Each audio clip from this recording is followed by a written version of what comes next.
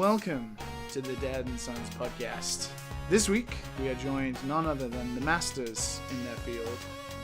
True intellectual specimens of the video game industry.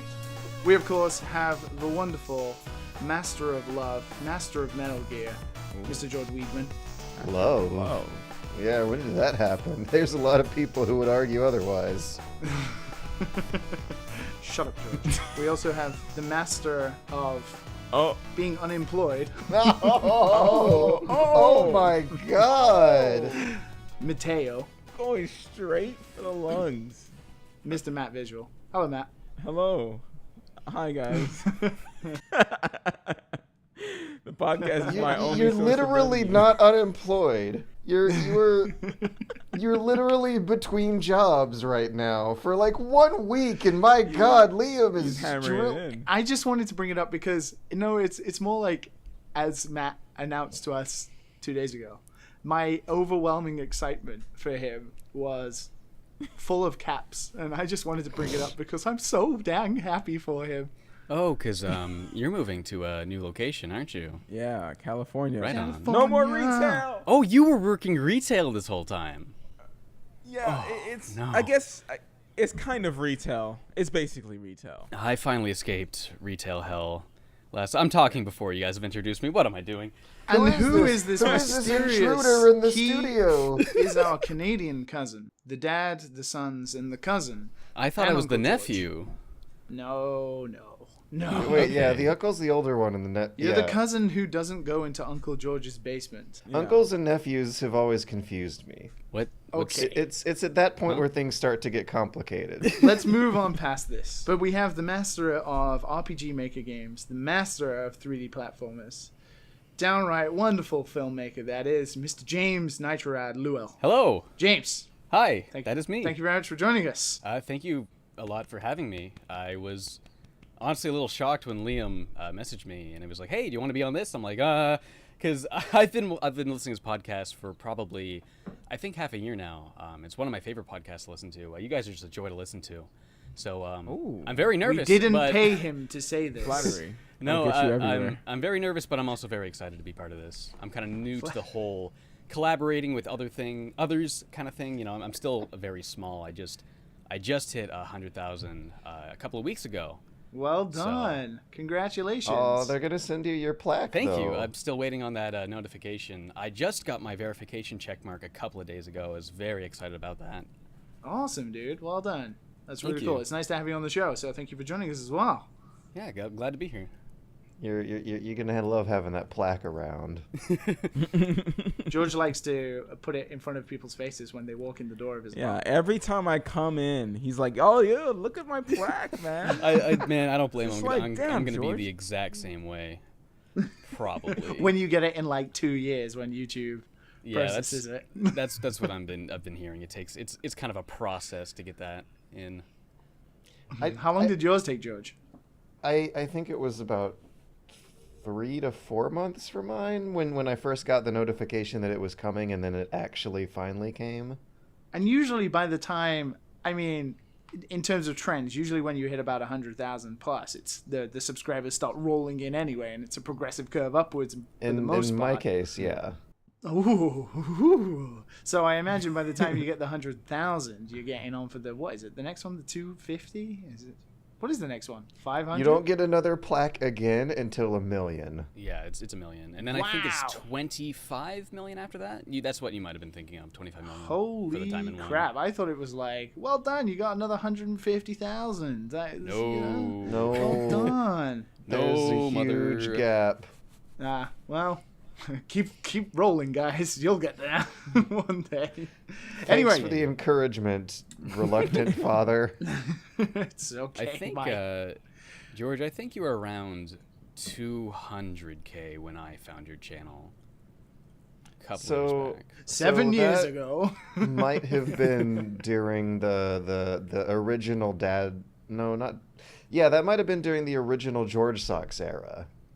Yeah, it was your. I've seen a couple of videos of yours prior because I had a friend or two that was subscribed and they really enjoyed your content. But I believe the first one I watched that I was like, yeah, I want to see more from this guy was that the Kojima versus Konami thing. Of course. Yeah. Oh, yeah. I know yeah. that definitely reeled in a lot of people. Yeah, that's. When he single-handedly took down freaking Konami. I think the one moment everyone Single-handedly knows got me best Kojima from. his new job at Sony.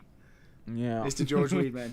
Doing all of the Single-handedly developed Death Stranding. Yep. Yes. plans. Single-handedly That's, the reason as to why it's so taking so long. I'm He gonna has be, You got to make sure it's perfect. That's be true. eyeballing those credits for that George Weidman credit. Yeah. Death Stranding, Postman a George Simulator. Weidman game. Postman Simulator coming soon. So, we got onto one game, which was Death Stranding, but I'm pretty sure we're here to talk about video games. I think that's what we do. That we've actually played. That we've actually played. I played a couple of those at one point in my life, I think. In your life? Oh, I mean, Really? that's a Probably. good start. That's a good start. Liam, you didn't vet him? Yeah. You didn't vet him? You were paying him all the Vetting? money. What's background checks? I don't know. Dude had 100K subscribers, and I was like, well, let's roll on that train. Yeah, I was kind of wondering, like, your my first guest, God. your first guest on George's podcast is someone George has never heard of. I was a bit confused with that decision, but I feel No. fortunate nonetheless. Okay. So if we're getting into it, and you're all gonna crucify me, what's been happening recently is I have noticed since we very smartly put our podcast on YouTube, one of the comments we always get every week is from a Mr. James. Oh, I guess I do kind of comment. And we have comments very frequently, and then I noticed that people would comment under it, Nitro Rad, I love your videos. And I was like, who's this guy? So I checked out James's videos, and they were very, very good. And I was very, very thank you. impressed with the sort of weird and quirky videos that James has been posting, especially stuff about RPG Maker games like Lisa and Yume Nikki and stuff like that. Very, very interesting stuff, and very, very different to other people. And I guess part of what makes James's videos very good is like his filmmaking background and stuff. So, and on top of that, recently, because it's been summer, very lit. it's very well lit. It's all the time. super well It's lit. Yeah, and very good production values. Oh, sorry, not to interrupt, but my major in film school was documentary filmmaking, and I kind of wanted to pursue that in a way. And like, documenting a video game, in a review / retrospective is kind of like that. So, knowing how to edit documentaries definitely helped with like the production value of these videos. Yeah. And like in terms of like a lot of YouTubers go off script sometimes, and you tend to do that, but it's very well. Oh, I don't go used. off script. It's not overused. It's not overused, and you do it very well. I found. I intentionally write in verbal garbage to make it sound like the way I actually speak. Yeah. Yeah. Yeah. But so basically, because it's summer and I've been doing some project work, and I've been nonstop at my desk doing some stuff on some new things. I've had because James posts a lot of videos. He's got quite an extensive back catalog of videos. I basically just had James's videos on in the background for nigh on 2 weeks now. So oh I've my had god. this Canadian dude blaring in my ear about RPG Maker games and Silent Hill and 3D platformers that I would never ever play myself because they look like trash. But it's super intellectual, super very awesomely made videos and stuff like that. So I thought, hey, we need guests. We need lovable Canadians to fulfill our extensive cultural heritage of Japan, England, America, and now Canada. So here he is. Thanks for joining us, James. As I said, thanks for having me. 3 times. So Well, James did pay for that spot. So, that's true. If you would like to be on, Launch that Kickstarter. If you Get wanna me know on the where- Dad and Son. Where the money for Dad Den comes from. that's true. How do you think we pay for all the games we're gonna make? Of course. But I just want to kick things off by saying it's been Obon here in Japan. What's Obon? It's a summer festival it's a summer thing in Japan. Basically, it originally started out, it's kind of like the Japanese celebration of dead. My girlfriend, Dead? who is Japanese, Dead? is nodding at me that I'm correct. That it is about that. Oh my God, is she right there? She just walked into the room, and it's like she's trying to gesture to me that the souls of the dead come back to the families. Oh, the Wait, dead. in gestures? Yeah. She She's can say that much in gestures? They swim back. Wait, no. They don't go. Don't swim during Obon because the souls are in the sea.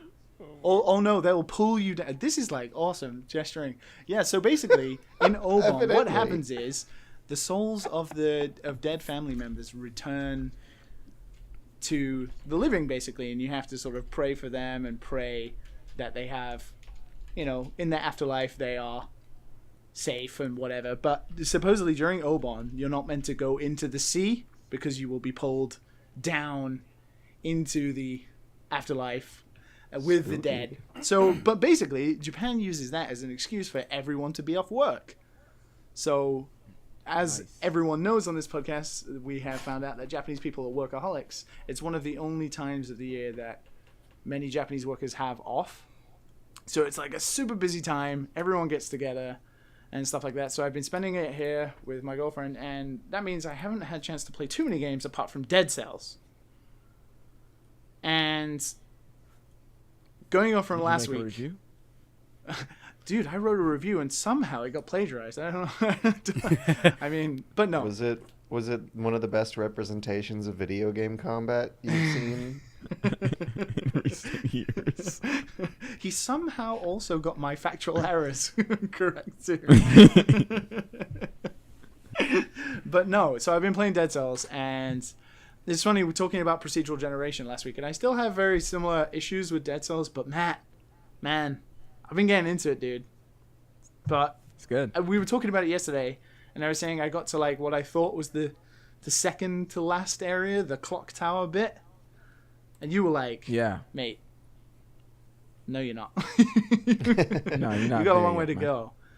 But I'm Yeah. enjoying it. I keep abusing ice powers because I'm too much of a coward to try anything else. I have to like freeze enemies, and then I'll immediately buy weapons that have like that do more damage to frozen enemies, and I can't step away from using frozen stuff.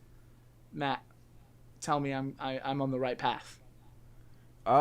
What I used to do is traps, lots and lots of traps, and I'll have some synergy between them. So there's like, if they were to cause bleeding, I would have like a bow that would do a certain amount of damage towards bleeding. Yeah. So I would throw down the traps and just like wreck through them.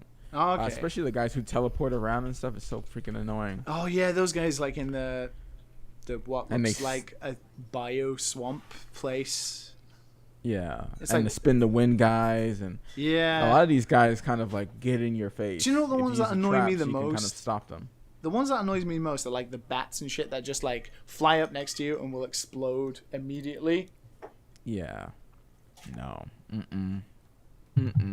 There's a lot of No exploding bats. That's Exploding bats. that's so annoying. And sometimes, depending on which level you're in, like the sewers, because they're green, and you're like in the toxic sewers, which is also green, they blend in with the background, Uh-oh. and then it's like, where the fuck did that guy come from? And they'll yeah. If explode you're right not next to careful, you. you can get overwhelmed, and you could be doing real good, full health, everything. Yes. Fall down the wrong hole, everyone swarms you. And you get trapped in a corner, and Like you're trying a to black like. guy in The Walking Dead. That's why I need No. the ice powers, because I need to like let off the bomb, the ice grenade, like immediately if I get overwhelmed, and just freeze everyone in my vicinity. If I take like half health, I'm just like out of there. But it's good. I'm really, really enjoying it actually. And on the Switch, it's amazing. So this is a Metroidvania title, right? Oh, you want to be careful I with really, that term. yeah, I really. We don't like the phrase Metroidvania? No, it's There's some commenters who don't like it. Okay.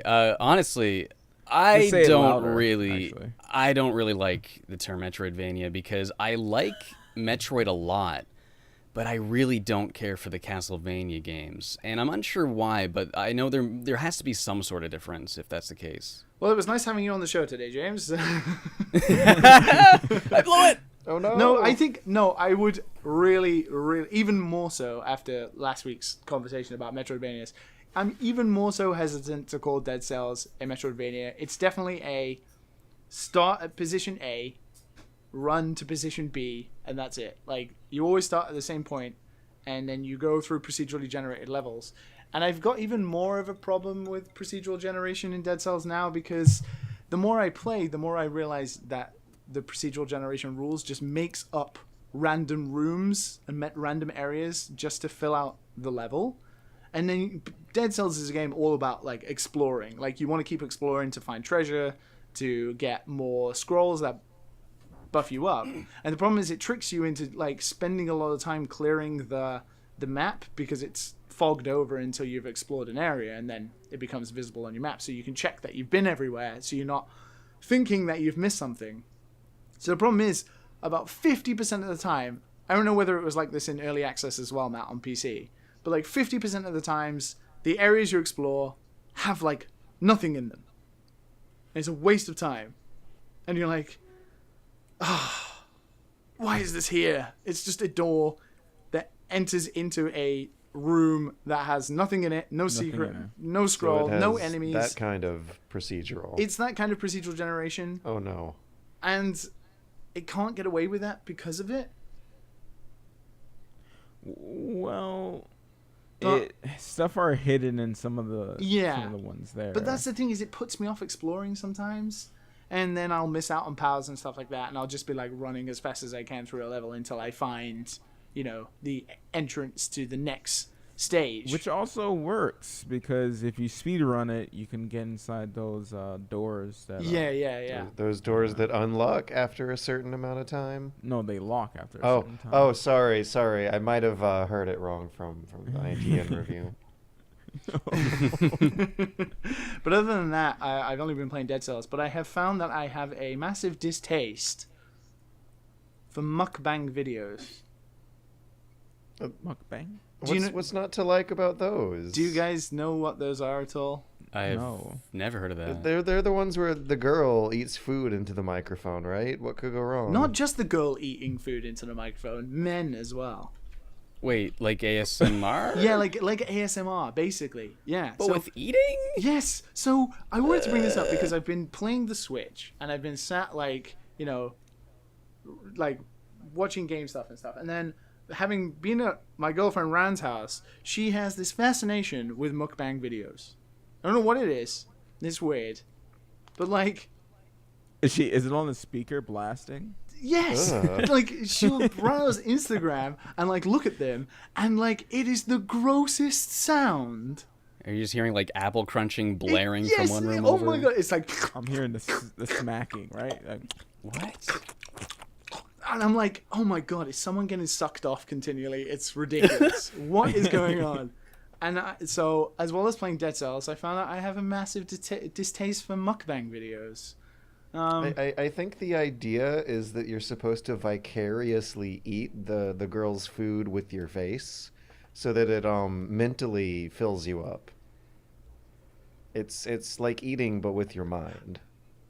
Oh my god, that's exactly what she said. She's like, you know, she's really into fitness, and like she eats fucking salad only. You can see the And- flavor.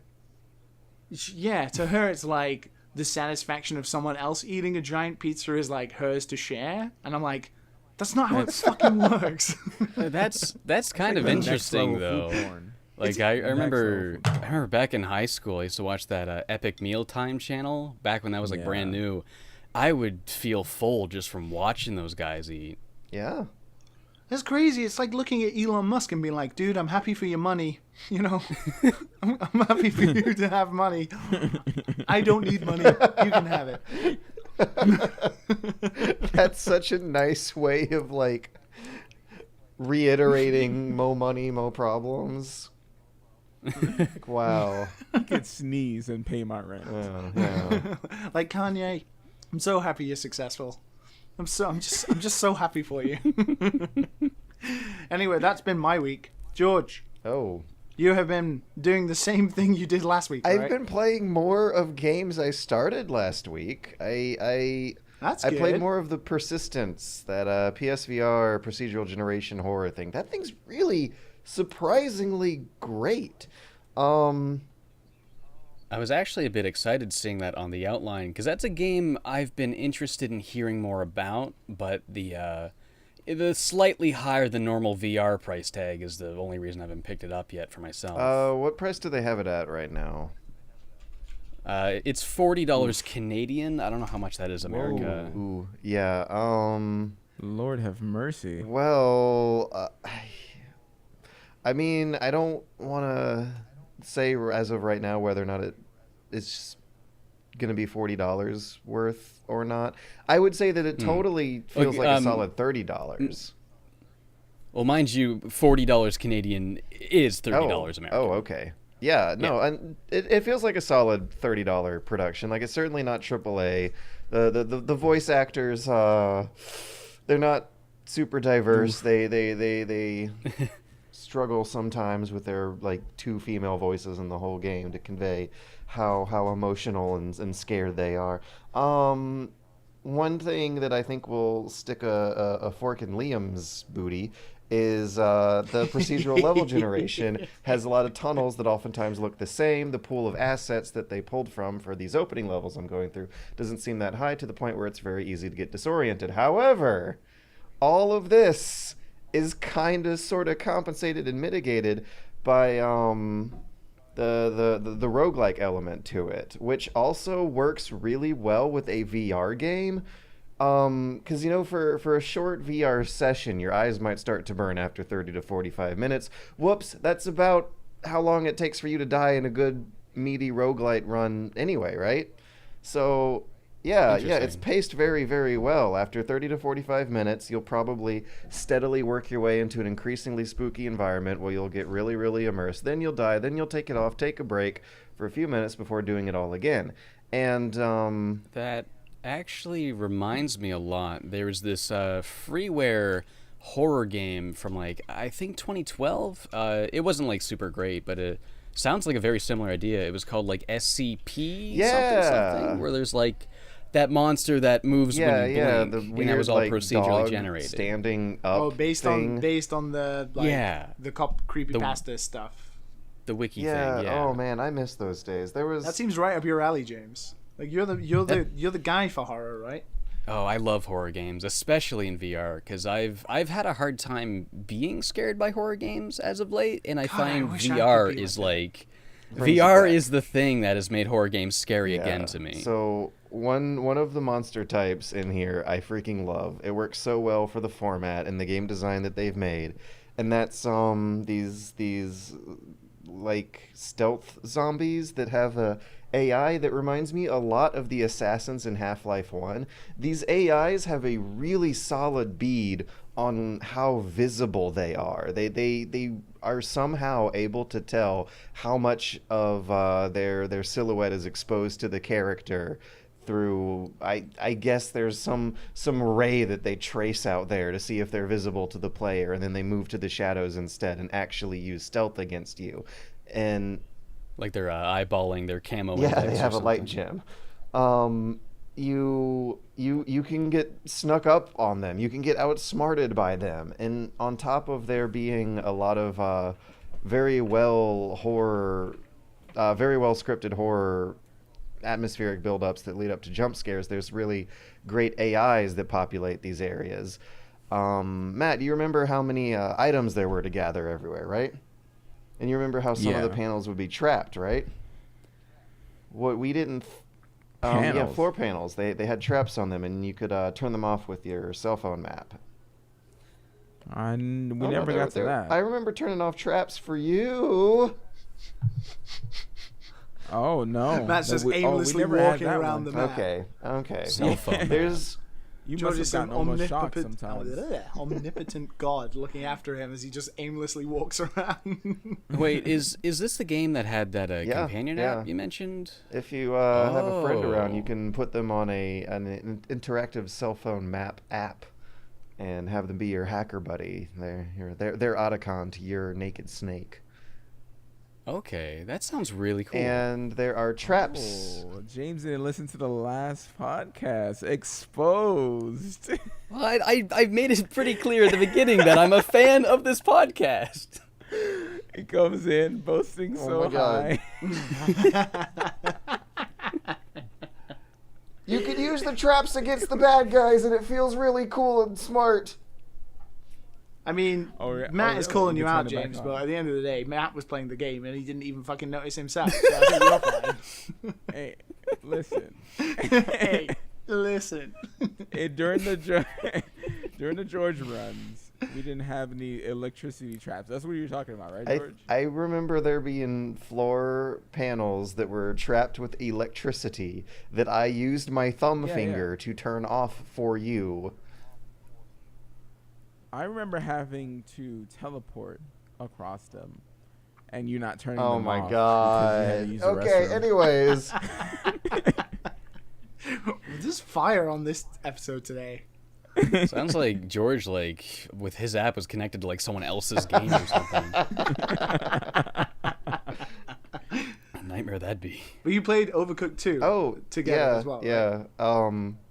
What did you think, Matt? What did you think of Overcooked 2?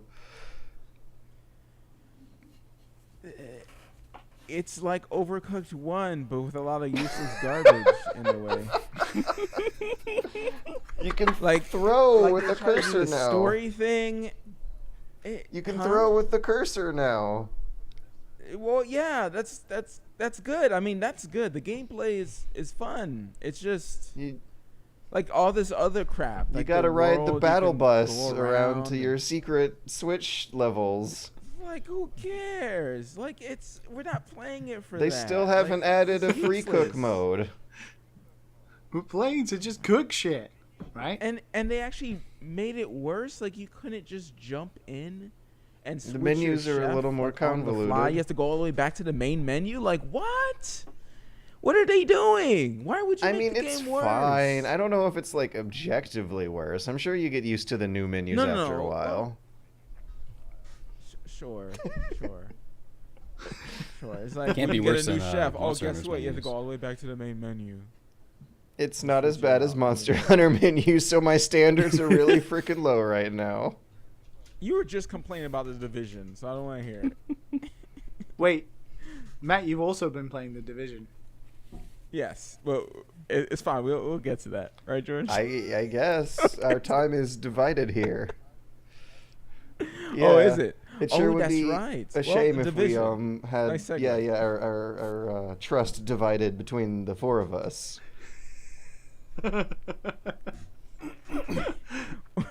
Well, I've Ryan, a friend of ours who was also playing Overcooked 2. He got me into The Division. He was explaining this when I was explaining Monster Hunter to him. After like 6 And, weeks ago of George asking you to play with him. What, The Division? Yeah. Oh, I didn't know there was a free trial. He was like, "Oh, there's a free trial." George didn't say anything about a free I trial. didn't know there was a free trial. Yeah, George just bought it, you know. YouTube money. So I played it, and I actually quite liked it. I don't know, George, you didn't like it. You complained a lot when we started Those playing games. together. But by the time you got to me, I was I was way over your level. I was like, You double played zero. for like 18 hours straight, okay? Cause you're between jobs right now. All right, I have a thing against like bad video game menus. Like if I want to do something simple and the video game menu makes it more complicated than it needs to be, then like my raised on Morrowind's PC interface ass is gonna have a very hard time like going past click number 3. I want everything on my character's inventory out in a grid as soon as I press the button, with clear iconic representation, nice quick descriptive tooltips, a numbering and labeling system that is consistent and clean and visually efficient. And my God, like this game's menus, I don't know if they're as bad as Monster Hunter or not. It seems like they're both in like the same hole. What? don't know if they're as bad as Monster Ryan Hunter? was telling us to ignore the big obvious number that's in the largest font typeface on your inventory screen when you're trying to gauge how much damage your guns actually do. He's telling you he's just telling you like high-end metagame stuff. He was You don't have to telling us worry to about that right ignore now. the DPS number that is like the one single value that determines how much the gun is worth in the first place. And we're just supposed to ignore it doesn't that. determine gun yeah, we're feel. supposed to pay attention to the numbers a page into that menu. He's telling you to open your mind. That's No, what he's telling me to He's telling close you it and ignore that those there's things. a damage number. He's telling my you that there's a God. damage number my on God. the gun and an RPM, and then you want to look at the recoil and how much you care to fight with that gun. It all depends. So yes, the damage number doesn't really mean too much if they're around the same amount of Furthermore, I can't DPS. unequip things. If I have a gun that I want to compare in a list with other guns, I can press the compare button, which shows me numbers that don't appear on previous pages where I was like doing the gun comparison in my head. The big when you're comparing guns with the compare button, the DPS number you're supposed to This is ignore not the doesn't- menu. I thought you were I am talking about the talking menu. about the menus and also the buying and selling interface. You just don't like I don't like numbers, numbers. George. I kind of feel you. I'm the same way. I have a really bad habit of like just seeing more than 6 numbers on the screen, being like, well, I'm not paying Yeah, attention. yeah, anymore. like my brain I turns fucking off. love numbers. That's how I played Bloodborne. I was able to I love manage the the numbers numbers. in the Souls games fine. Something about the numbers in Once the numbers get bigger, I know I'm doing better. It's easy. It's like Oh yeah, it's Liam- just when there's so many of them is when I just lose interest. Oh yeah, when it's like MMO levels of shit, like I understand. Yeah. There's that, such- but when it's like Monster Hunter and it's like, wow, there's such I've gone from 30 to 90. That makes the, sense. the defining like design trend of the past decade from my like number skeptical ass point of view has been like shoving in number bloat everywhere to the point where like I'm finally starting to tolerate it. But the persistence has number bloat. There are 3 different currencies you're juggling around in the persistence. There's tokens, stem cells, credits, and they're all working on like a different value system where you can have a single digit of tokens and that's fine, that'll buy you a lot, but oh, you're gonna need 4 digits worth of credits to be able to buy stuff. And it's so I don't understand why it can't just be like streamlined into collectible upgrades instead that don't have to get shoehorned into that a doesn't sound a too bad to currency me. system. That just kind of sounds like sounds like Bloodborne with what is it, the Madman's knowledge? That's knowledge Bloodborne making has currency? insight. It has souls, and I Insight. think those are the only 2 currencies. Not souls, but blood echoes, whatever they call them in that one. Yeah. Having multiple different economies in a game is quite ridiculous, and that is when it gets confusing. But in terms of the numbers itself, I mean, if you have like a singular currency or maybe 2, as long as it's manageable, it doesn't matter how high the number is. Your brain can compute that. Okay. It's just when okay. it's like we need. I want We to need- give people some context on the division thing. There's a lot of real quick. currencies. George was getting so angry that he couldn't find us on the map. The okay? map For is the people so who have played cluttered Division, with numbers and junk. he didn't know how to zoom out and see us on the map. Okay, the big old blue target. There are so Project. many tiny blue icons on that map. Okay. Okay. Yep. So there's some context there. My favorite part of this podcast is George just not being able to understand things that don't sound that hard to understand. It's all Oh our my favorite God. parts. We love you, George. I think that's another thing. Like I was thinking about it then. It's like, you know, Destiny. I've never I played hate that. Yeah. But doesn't Destiny. that have like 50 different economies as well? Fuck Like it. glimmer, lights, Screw Destiny. whatever microtransaction currency it has. Meh. No, I don't remember that. It's just Glimmer, and then I don't think the first one had a lot of microtransactions for you to actually think about it at all. But it wasn't the like second light one. level, Oh my god, glimmer the second level. one, yes. Ugh. Which one is your player Destiny has level? more problems than that anyway. I'm feeling that with the Division. Like there's currencies, there's tech parts that are a certain currency, medical supplies that are a certain other currency. Like there's currencies that feed into your branch of your character's specialization of the upgrade tree, which is upgrades of a building that you buy that makes your character better, and that building specialization. It's convoluted. You got to wrap your head around a lot of nonsensical video game logic. It's not, though. It's not. It's not. Make your case. What do you I definitely understand where George is coming from. Sometimes it's just. But have you played the game, Liam? You're gonna play the game, and you're gonna be like, wait. I played the alpha. The part where George is. Or is it the beta? Like, I played before the game came out when they had, like, an alpha and beta. And ultimately, even ignoring those problems, it was definitely not for me anyway. But I understand in the sense that when you just start a game and you look at everything that's going on, all the systems, the map, the UI, everything, you're just like, can't be bothered. Yeah. I don't know. It's not Warframe. Warframe is like that. Warframe, you get in, you're like, what the hell is this? And then you log out. It's not Warframe. A lot of feeling overwhelmed. Okay, but I'm done. No, you got to make your case. No, there's no case. Whatever case there's a case. There's a case. Because if you remember, towards the end of the session, I did start to feel it. Right. Yeah, the levels difficulty are curve. really well designed. They're really good. Yeah, they very very well account for how spongy the enemies are. Wait, you expect them to just all fall down? You're shooting them in the face with guns. In a Tom Clancy game, known for his appreciation of accuracy and realism and detail. Like, maybe I'm speaking from ignorance here because I've never played this game, but when I see someone get shot, I expect them to fall down.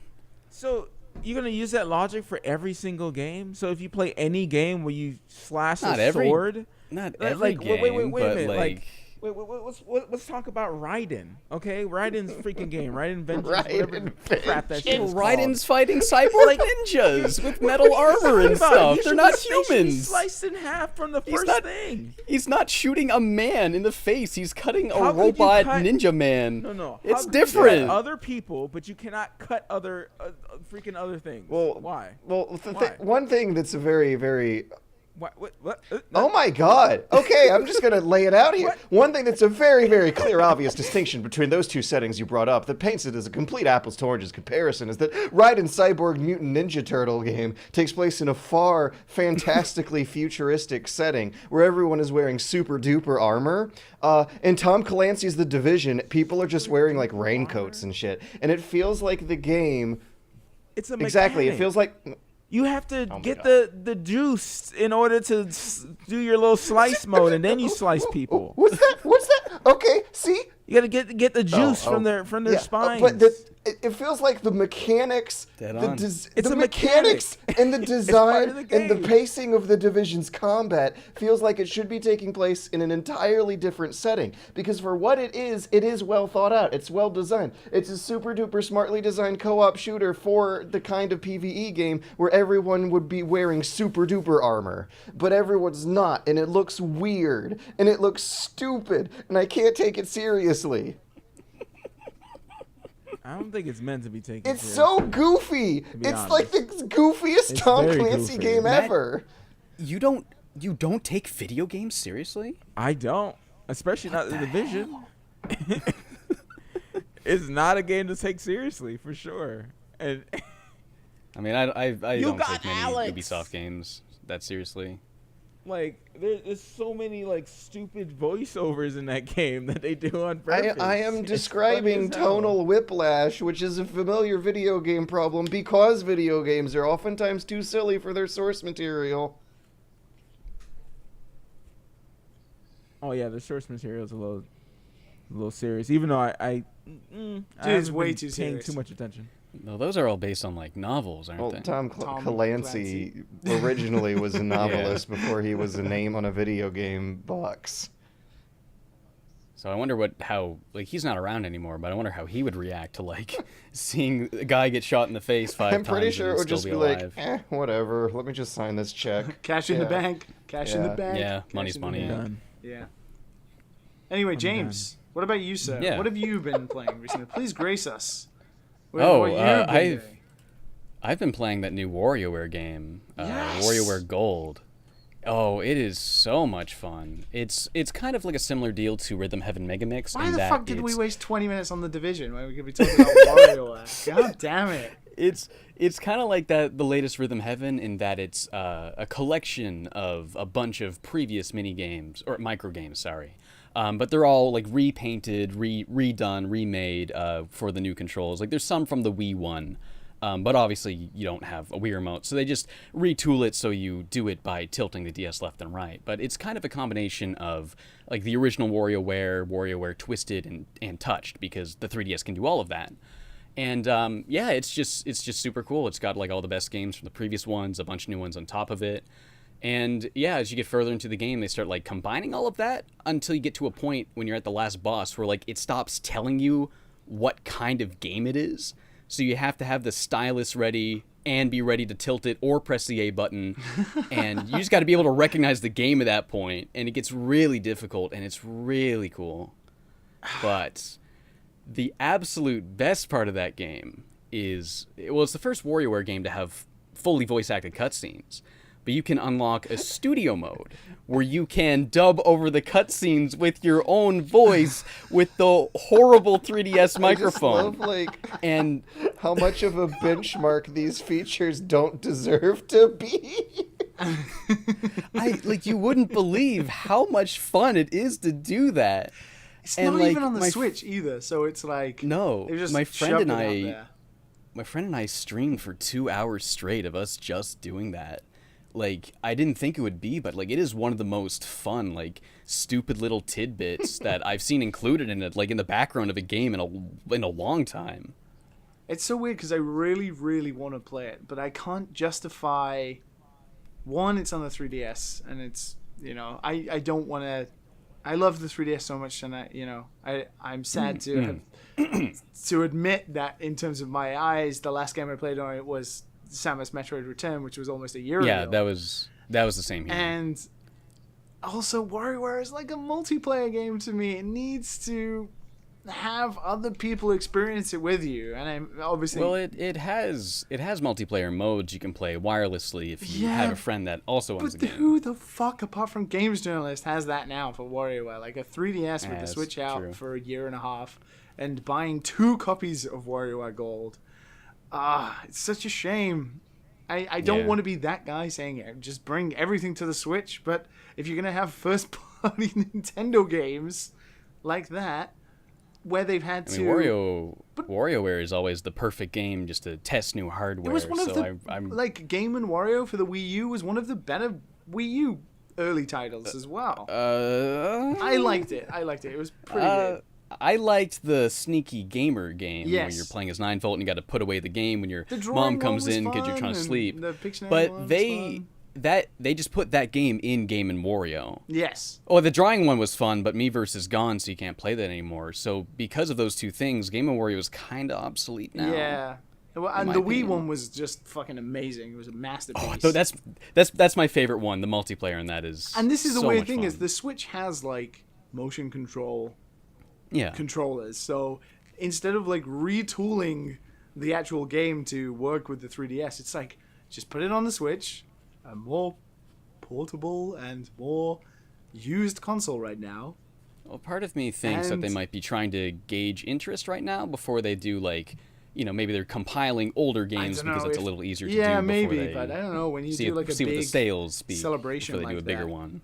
because they're doing Yeah. it with like Mario, Super Mario Party or whatever it is. That's gonna have Oh yeah. fucking tons of older Mario Party mini games and new ones as well. I really want to play it. It sounds really, really good, but It is good. It's on I mean, 3DS. it's a short game. Like they're all very short, but it's very replayable. There's like a new achievement list and it's like, get this many points in this one, beat this micro game with your 3DS upside down, like stuff like that. And they all reward you coins, and there's now like this crank machine where you can like unlock all the extra mini games and like studio recordings and all the little like, oh, the Virtual Boy came out and whatever, you know, that stuff. And it just feels really rewarding to do all those and then use the coins to get all that stuff.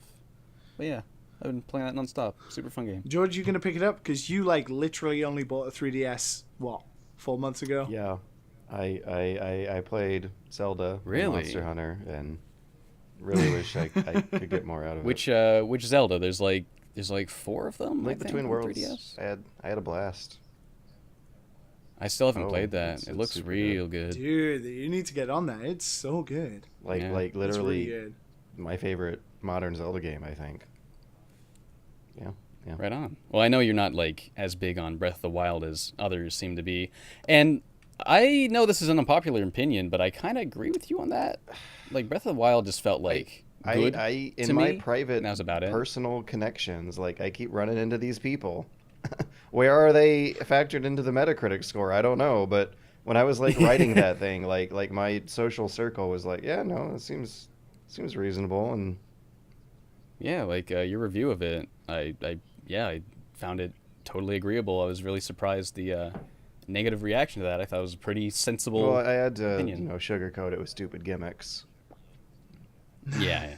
I actually have a friend that hates that review because of the rhymey Yeah, stuff you did. I've run into one of those. Yeah, I thought it was fun. I mean, your review, the way you did that. Breath of the Wild, on the other hand, fuck that game. It's a fun game. It's really fun, but it's just Yeah, it's fun, and it has like I the don't know. best open world. It just has other Oh, yeah. problems. Well, my problem with Breath of the Wild is just how uncreative I am, because that is such a densely packed game with things to do, and you can interact with everything in any way like within the first hour, but I'm just so bad at thinking of creative solutions, so I just kind of do things the vanilla, just go up and hit the things with my sword, and that's about it. So that's more of a personal That's weird reason. because to me, I'm the opposite. Whereas, like, if an open world has really dense areas, like lots of houses to go in and lots of other stuff, I'm just like, oh, I don't want to do this. This is super boring. Whereas Breath of the Wild Yeah. was like, oh, there is one tree in the middle of a field. There is nothing else here. I wonder what I can do with this tree. Just this singular tree. I like that. They're really good at making small things seem very significant. but they're not like. What would you find at the tree? It would be the same Korok kid you found 700 times before, because there's 900 of them. There's like 4 Korok kids. It could be So- a different one. Yeah, but it'd be like I picked up this lightning rod, and now there is like water next to this. If I sneakily lie lots of iron swords down up to the tree, and then all But, the bokoblins in the tree, I can roast those motherfuckers alive. It's like, Yeah, but see, George, you gotta understand that the Korok seed is not what matters. The Korok seed is an excuse to do the thing. Like a star in a Mario game, getting a star isn't fun because you got the star. Getting a star was fun because it gave you an excuse to get Mario up to I that was platform. very, very That's kinda how quickly I see it. conditioned to just ignore all that stuff I could be doing exploring for, because the rewards were. I would also not argue worth that it. the Korok seeds are not meant to be collected. They are ultimately stuff you Yeah. stumble upon during your journey, I think. Yeah, I can understand both. I sides of the think argument there. one important distinction that feels comfy to me is that Link Between Worlds actually looks and feels and plays like a Zelda game. Yeah, that's Yeah, definitely true. That's a more traditional I- Zelda with some yeah, little gimmicks that I've- push it. But then it also has its own stupid problems, like the whole renting the weapons thing, which is nigh on annoying as hell. Really, I heard a lot of people praise that quality No, when that it's game was annoying. new. It's really like It you can, makes Okay. like your you can deaths borrow them matter. to use in. It does make your deaths matter, but it's also annoying because in Zelda you don't really die that often, and when you do die, like maybe 3 hours have passed, you're like, oh, now I've got to trek all the way back to Ravi and buy the I weapon, found the and game then go again. quite easy, so I played it on hard mode and had the time of my life, because at that point the rental Yes, system and mattered. I bet you. Yes, but I bet you still didn't die that no, often. it was perfectly and- balanced. Nah. Is there I no would like disagree. fast travel system? No, Do there's you a really fast have to Yeah, travel there is a system. fast travel walk system. all the way back? There is a And fast I still travel had system, more yeah, money than I there knew is, what to but do it's with. just annoying. Hmm. It's like, returning to a store every. It's like the Not as bad, of course not as bad, but in Phantom Hourglass having to go back to the Temple of Oh, it was no yeah. Phantom Hourglass. It's not that, but it's one of those Zelda things. Like every Zelda game has to have something that is annoying. They used to just be perfect. That's how I felt about Wind Waker until they did that remake that kind of ironed out a lot of those problems. Yeah, it ironed out some of those problems, but it still had the Triforce quest. It's like Oh, that was streamlined. it was streamlined, but lot. just streamlining shit. It's like it's still streamlined shit. It's not fun. It's not ultimately that fun. Every Zelda game seems to have these weird. I thought it was kind of fun to like have the treasure map on the touch screen in real time and looking for it, and I don't know. I thought it was kind of fun. Not fun enough to sell Wii U's. Not fun enough for Liam. Hey, I still like every game has issues, but like some are bigger than others. You know, Breath of the Wild, Yeah. agreeably so, has issues, but I far more agree that the positives outweigh the negatives of that game. It is not the perfect game, but I feel that sometimes it is the perfect open world. It's no masterpiece. As a video game representation of an open world.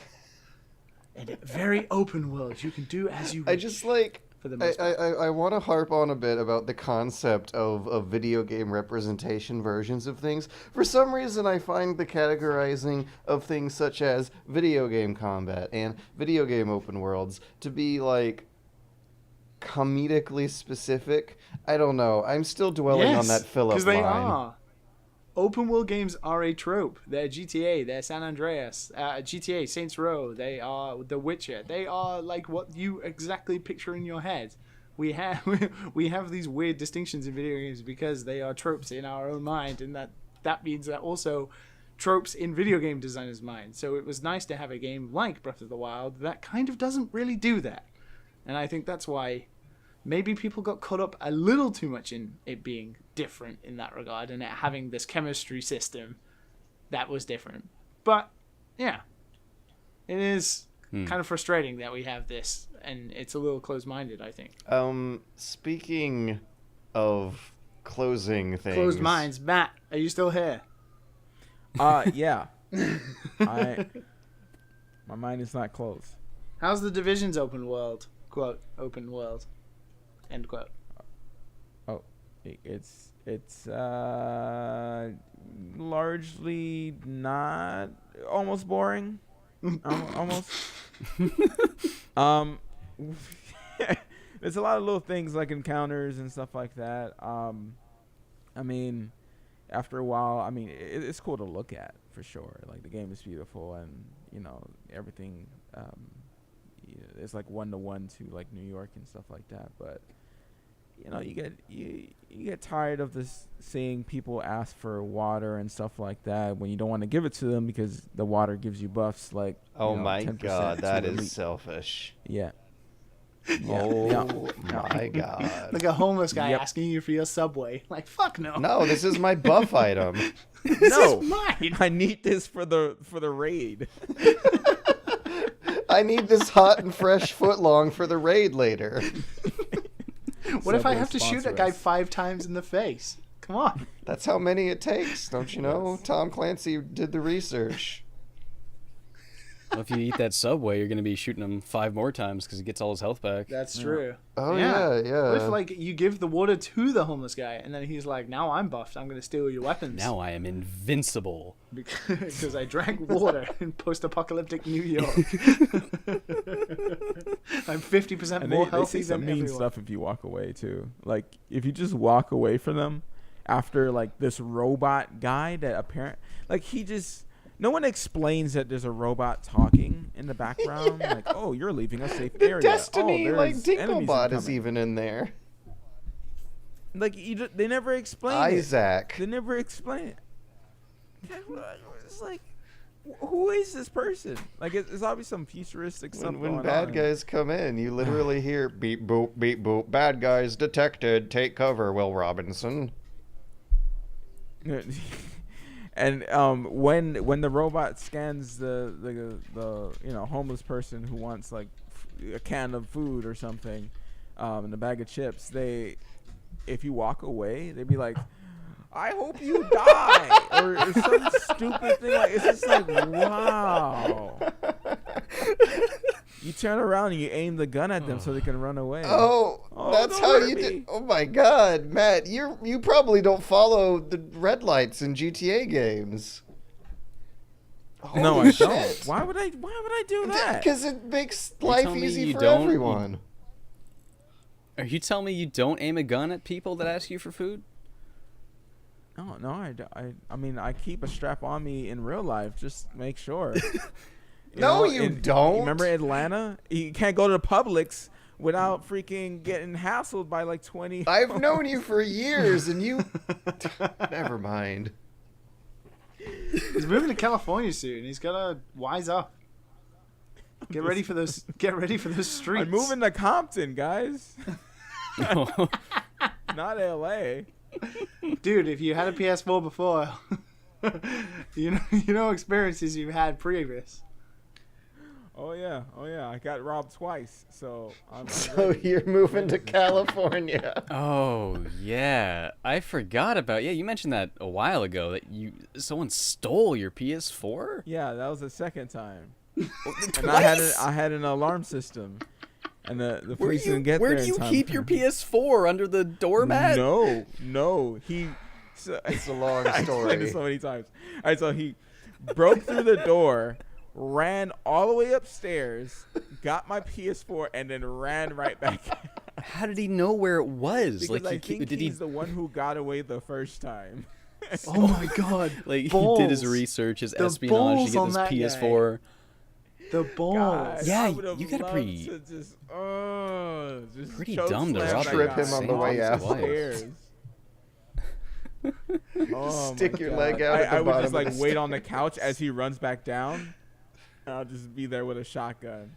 Like, what's up, man? How you doing?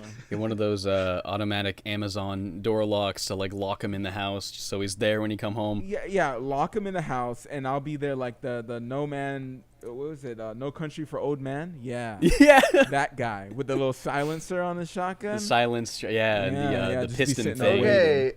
And he'll be So- there Pop with in the his little forehead. orange water gun and Moving on from nothing else. escalating robbery to manslaughter. When we're not discussing our plans on how or why to exploit the Murder Second Amendment, we're doing this podcast about video games that has Oh, we don't have that. video in game Canada. podcasts. No, Second Amendment. We don't have it in Japan either, but And someone. Yeah. oh my God, it's probably some real controversial, shocking statement open for argument to say that they tend to have less gun crime.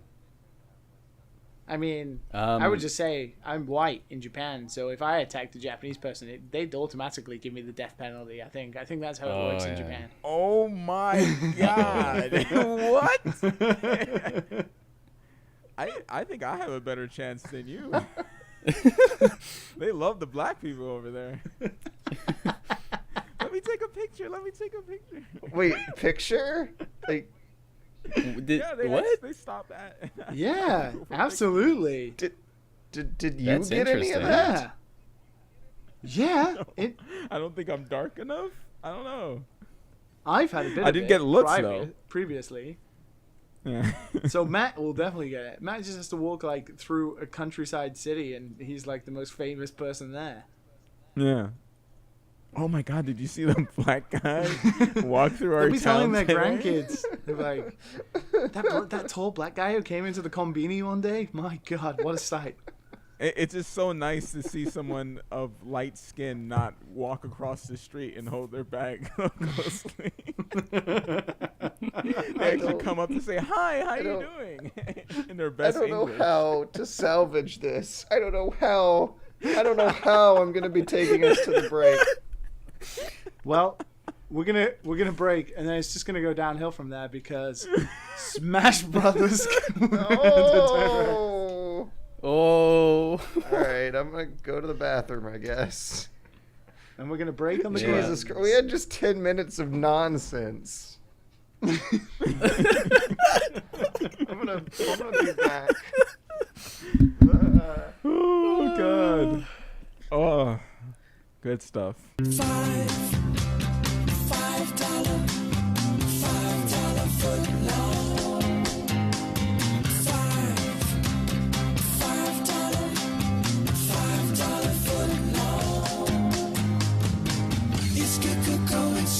Subway, home of the famous $5 footlong, like our fresh toasted Black Forest ham with cheese and our newest $5 footlong, the Fresh Delicious Chicken Pizziola. $5 footlongs, all day, every day.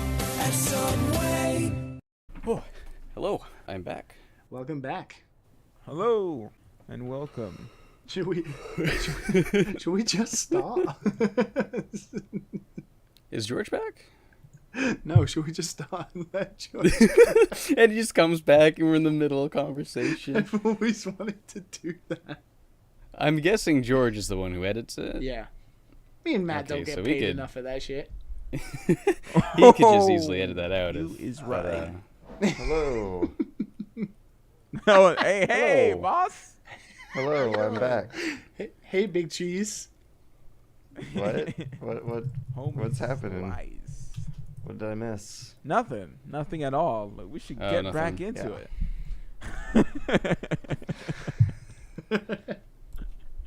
What is everyone giggling about right now?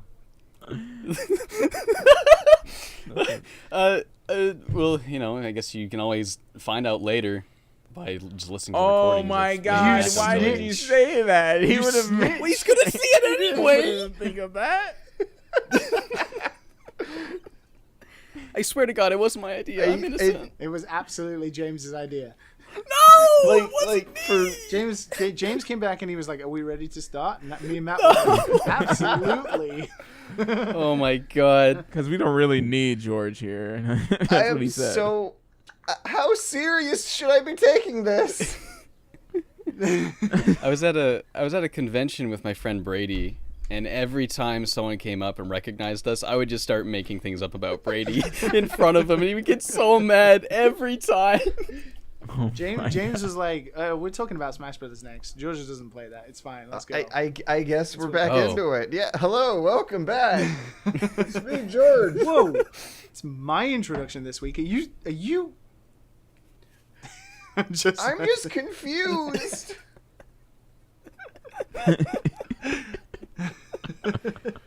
Hello, and welcome to the Smash Brothers part of the section of the podcast.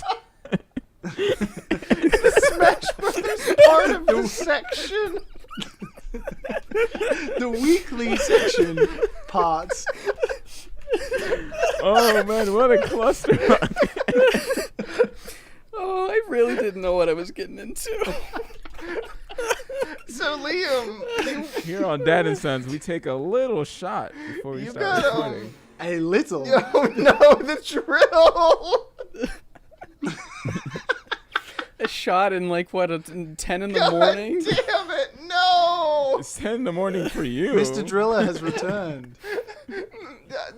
He heard we were taking shots, and now he wants in. Liam, you got hyped for King Kroll, No, right? so basically, to quote, Liam actually replied to a tweet I made, and he was like, "Oh no, everyone's excited for this guy." oh my god, fucking little snitch. Hey, you're making stuff up about me. you brought it on yourself. So, yeah, I don't get it. I mean, I'll start off by saying, of course, I am beyond hyped for Smash Brothers, and Sakurai delivered the goods because to forego James, because he's only our cousin and not important he was a as he's nephew. not first generation family. First generation. Simon Belmont from fucking Castlevania is in a Smash game. The first So, generation of Did, the Castlevania line. yes. He looks Did boring you guys though. get spoiled on that? Because there was Yeah, that there leak. was that leak, but guys, you're not thinking about it. It doesn't matter that Simon Belmont is in the game. What it matters is that Bloody Tears, the greatest Castlevania song and hypest rock metal video game track of all time is going to be in Smash Brothers. We're going to have Bloody Tears playing repeatedly while betting it out with Simon Belmont, Richter Belmont, Dark Samus, Chrom, fair enough, both Echo Fighters, and King K. Rool.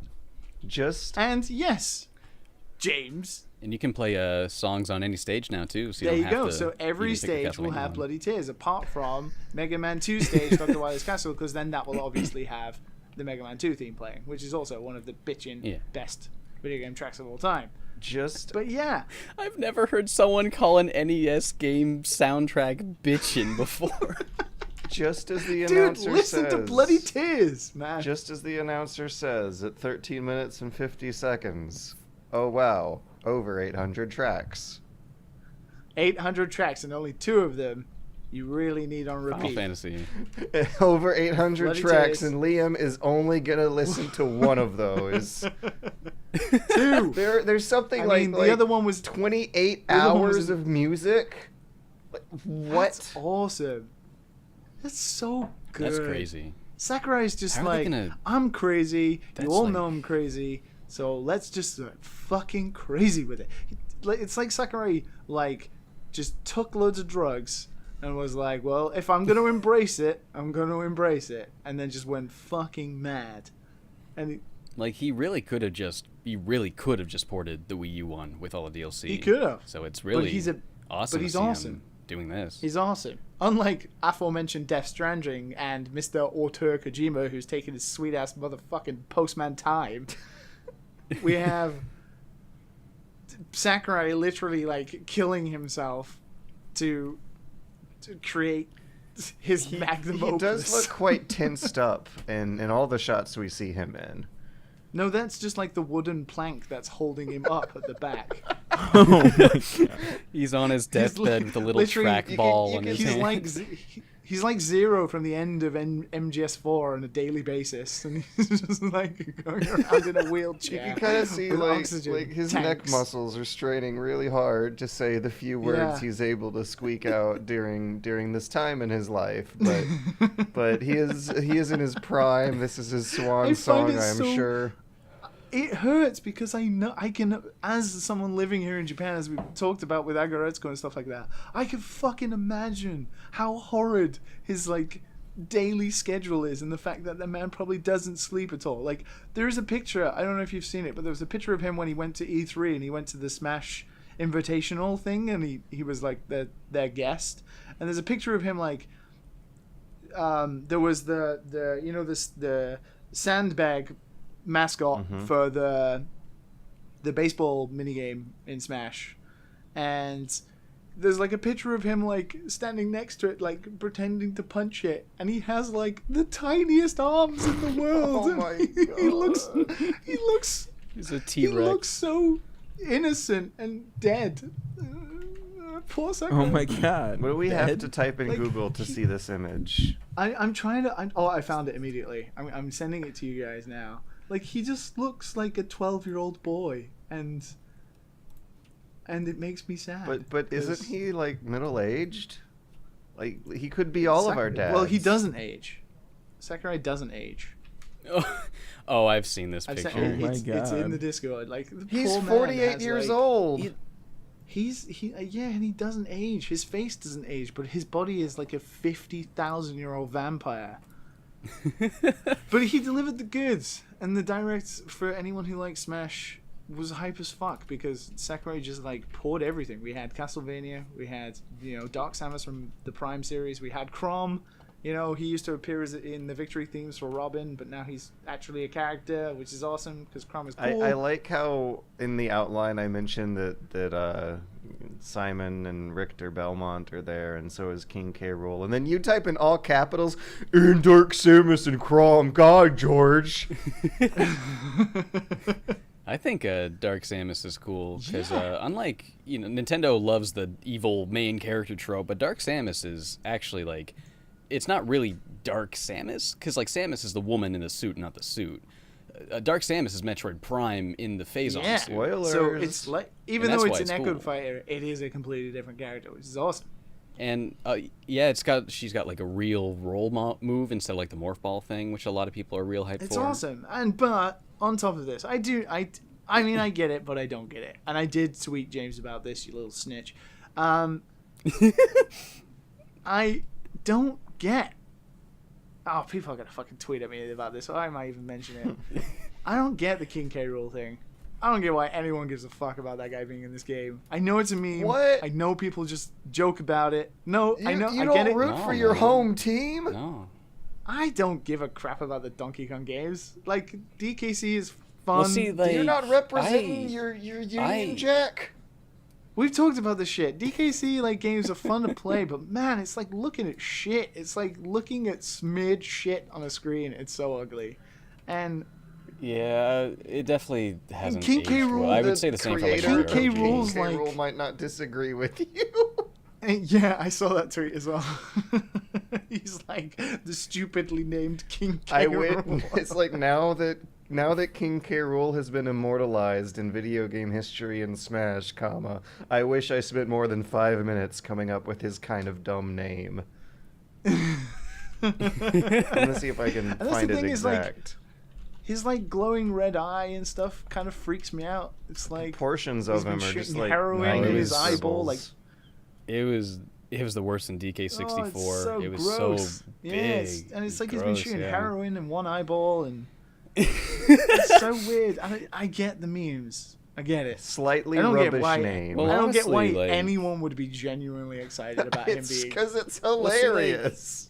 It's hilarious. I know, and also I will admit his movesets look really fun and interesting. Yeah, that's what I was gonna say. Like, But I'm as- a much bigger Metroid fan, and I'm finding myself more excited for him than Ridley, just because of his Yeah, I agree moveset with it. We looks talked about that, really didn't we? fun. And like Ridley just is like a Yeah. dragon. It's like whatever. And also Ridley is the same. It's like Yeah. fucking knowyourmeme.com. Fucking everyone jumps on that Ridley bandwagon, and King K. Rool comes next. I just don't get it though.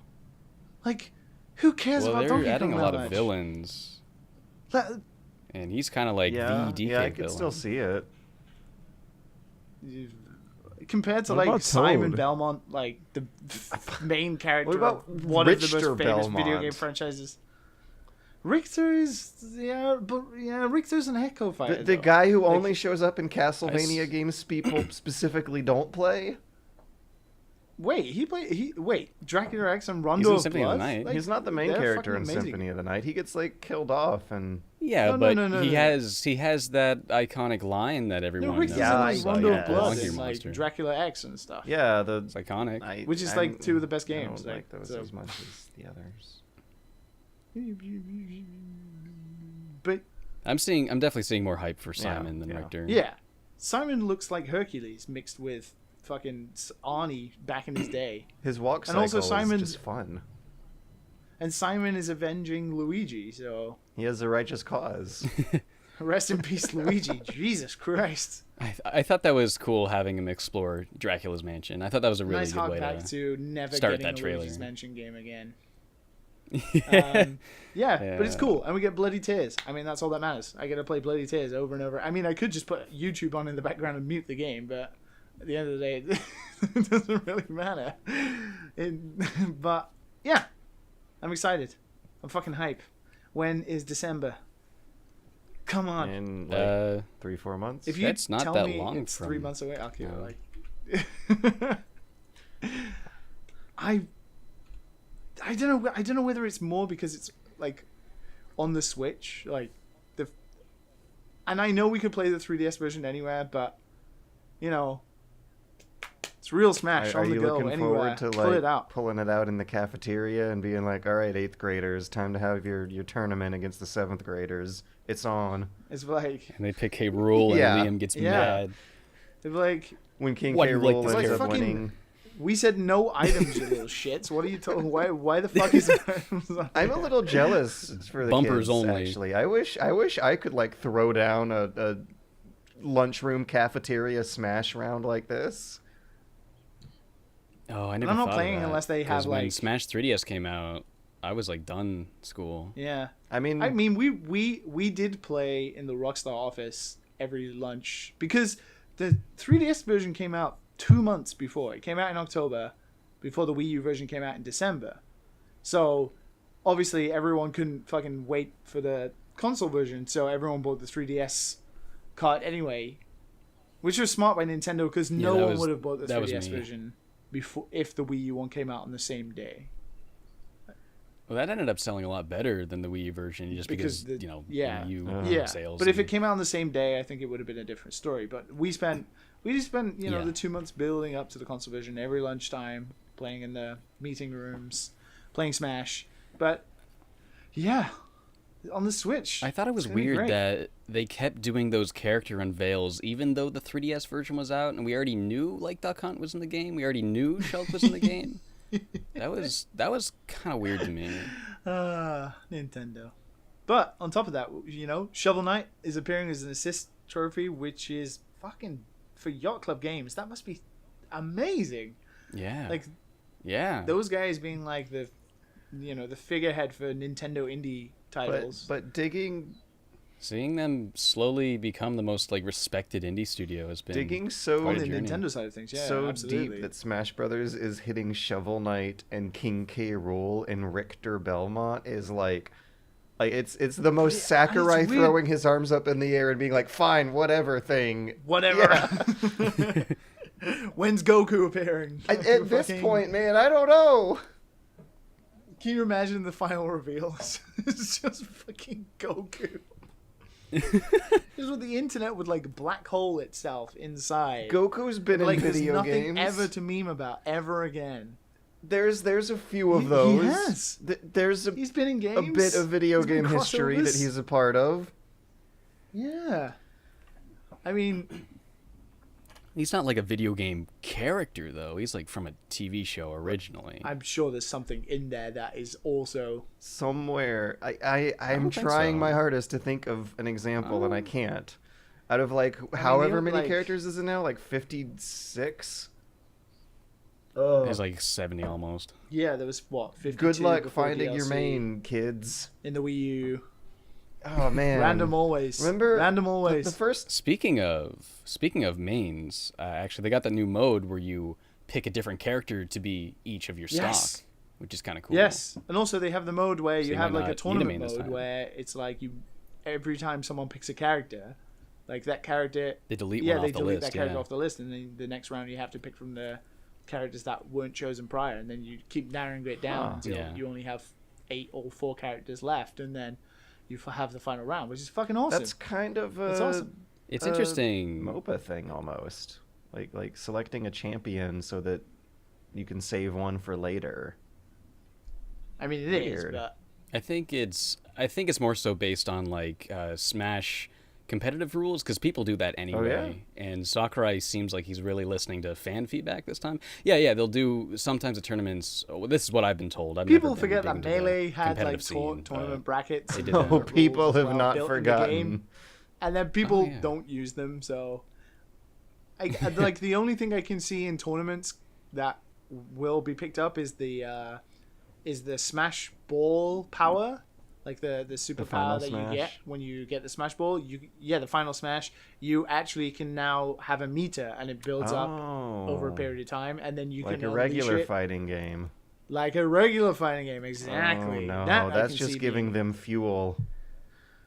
Well, unless it's broken. Isn't that only in the stamina mode? No. It's like an option you can toggle on and off. And that's the thing is like if it's like balanced and like there's not like a complete shitty way in which you build it up, like just like jumping off the stage and like falling really far down in the geometry and then like getting a way back up or something, like there's not some weird way in which it calculates building the power. I imagine it will be used, but I just have to wait until the game comes out and see what happens.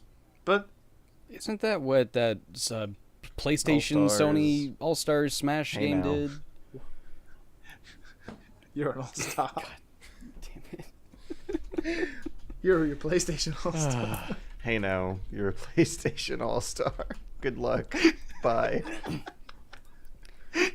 I'd be very surprised if someone on YouTube hasn't already like made a YouTube poop music video out of that or something. I mean, considering you've got fucking the Castlevania games, the the Final Fantasy games. The Oh yeah, Cloud's gonna be. It's in funny there, that like isn't it? earlier, yeah, Bayonetta. but it's interesting. We were talking about Metroidvania earlier, but here we have Metroid and Castlevania actually in the same game for the first time. Smash is truly the Metroidvania. Yeah, Smash is the true But is it Metroidvania. a fighting game? I hope so. Speaking of semantics, Speaking of copying things, you'll- speaking of Echo Fighters, if you'll remember from last week, one very Echo reviewers. very minor news story might have gotten buried. I wouldn't blame you for forgetting, but we have some updates on the situation regarding IGN's relationship with Philip Meyerson.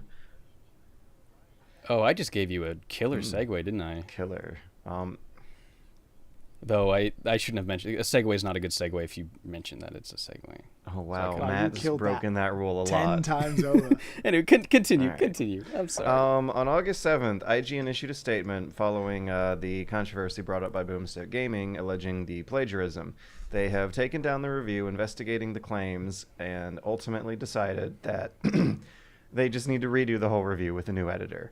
They also have severed their working relationship with their Nintendo editor, Philip Meyerson, who, That motherfucker got fired. on August 11th, he posted a quote response quote in which he apologizes for the plagiarism and says that No, he doesn't. it was an unintentional part of his workflow. He says it was unintentional, and yeah, You accidentally copied. He did what he- basically everyone else who reviews games doesn't do.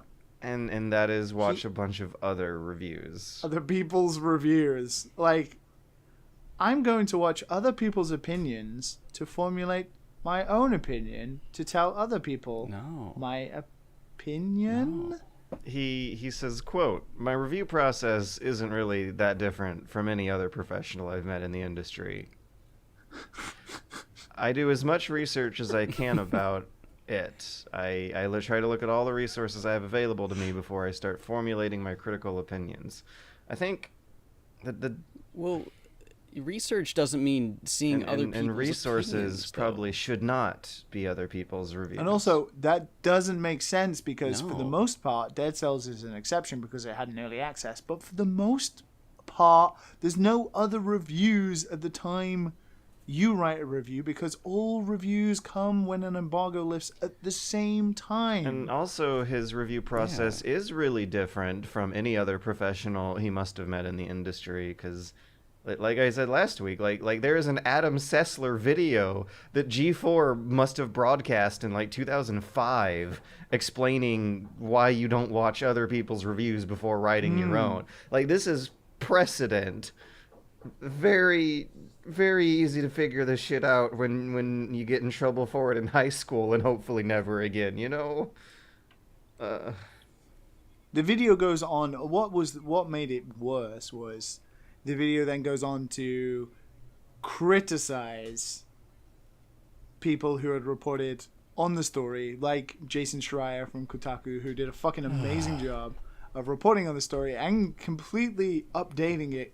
Following Further. it up with more examples of But Philip Meyerson Meyerson- plagiarism. Yeah, Philip goes See, on. I knew there was more than just one. Yeah, so Philip goes on to be like, "Thanks for using my name for your clicks, Kotaku," and Well, you made news, and people are reporting the news. That's what they do. But then he says something even funnier, which is hilarious now in hindsight. He says, "Feel free to look for more examples." And Schreier did. What did he think that was going to discourage them from? No, I think he There's- just looking. thought he could hide that shit, but There's he a- couldn't delete his YouTube videos fast A enough. It seems. FIFA review that set off the Schreier alarm. There's a From Chris Scullion, who used to work for Official Nintendo Magazine here in the UK, a very good review. Philip Meyerson's description of Nintendo's HD Rumble when that concept was being revealed also greatly mirrors the NeoGAF discussion thread.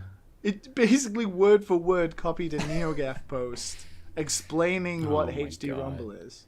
He even he does something in his video that is like an offhanded quote that would look like someone having a second track of thought while actually speaking about the topic at hand. But the post does that. And he does that. And now Oh my IGN God. is retroactively removing a lot of this guy's old articles. This guy would have been screwed if like the only review he could find was from one of those like angry video game nerd ripoffs. He'd be like, "This game's poopy ass." Not only that, That's but just there what was he put something out. else where he'd even copied the words of another IGN reporter who worked at IGN in another article. What? What the hell? Oh boy. How? What? Oh boy. What? And then someone dragged up The- today the- his tweet history, and he had a tweet from like 2014 where it was a quote from someone where it was like, some people say plagiarism is taking from one person, but if you take from many people, it's called research. Not with like a I don't subjective think review. He understands the subtleties, I'm guessing. I just think he rips off other people's work and has And been that truly, too, well and and- truly found out. And And they are scrubbing his name what's, from their site. what's especially This guy's never gonna work in this shocking industry. to me is McDonald's. he thinks it's so normal. McDonald's is hiring right He now. considers it research. Dude, he's gonna have a Patreon up in a month. He's gonna have all the Goober Gators supporting him. No, He's gonna 'cause have they- 10K in his He bank. stands as an example of like of like actual unethical journalism. Like that there is no This- defending this. George, you know we live in bizarre land. I You know they know. hate true I journalism, know. and they're gonna love actually broken journalism. This must be a nightmare for IGN because we already live in an era where so many people are like, video game review sites are stupid. Like Yeah, anyway, so and this is just it. only This is going the to thing. further damage the reputation of not just IGN but like video game review sites as in Yep, general. especially those that if this sort of especially thing's those going at on. IGN. You know, they already deal with enough is- shit because IGN's Yeah. attached to their name anyway, and like that's it. This is now it's just gonna be damaging like, to Did you everyone." copy this? Did you copy this And I review? think I was trying to Did you copy this news report? I was trying to convey last week that like a lot of the editorial staff at IGN like are real qualified journalists who know these rules, right? Like look at how they are responding to this situation. But they are I remember describing it last week as dealing with a shitty situation, and that's basically that IGN is one of, if not the largest media in general review sites. Like they are the McDonald's of reviews. And when you think of number one, reviews as being completely subjective things that could mean God hand, could be a 5 on someone's personal score compared to someone else's, depending on their lifetime of butterfly effect genre experiences, and that reviews describing someone's subjective opinion is okay. And for 2, thinking of it as the McDonald's of reviews for just trash, fast, dirty, quick, palatable to the most people is popular for at least the popular examples of regular staple food, which would be the AAA sequels. Like it makes a lot more sense when dealing with the realities and the problems of the world from the perspective of one who might be aware of how that industry typically works from an insider's perspective, which is hard, which is something that normal people aren't going to really be had. But god damn, the media illiteracy that a lot of people, kids these days exhibit is disheartening. Yeah. Yeah.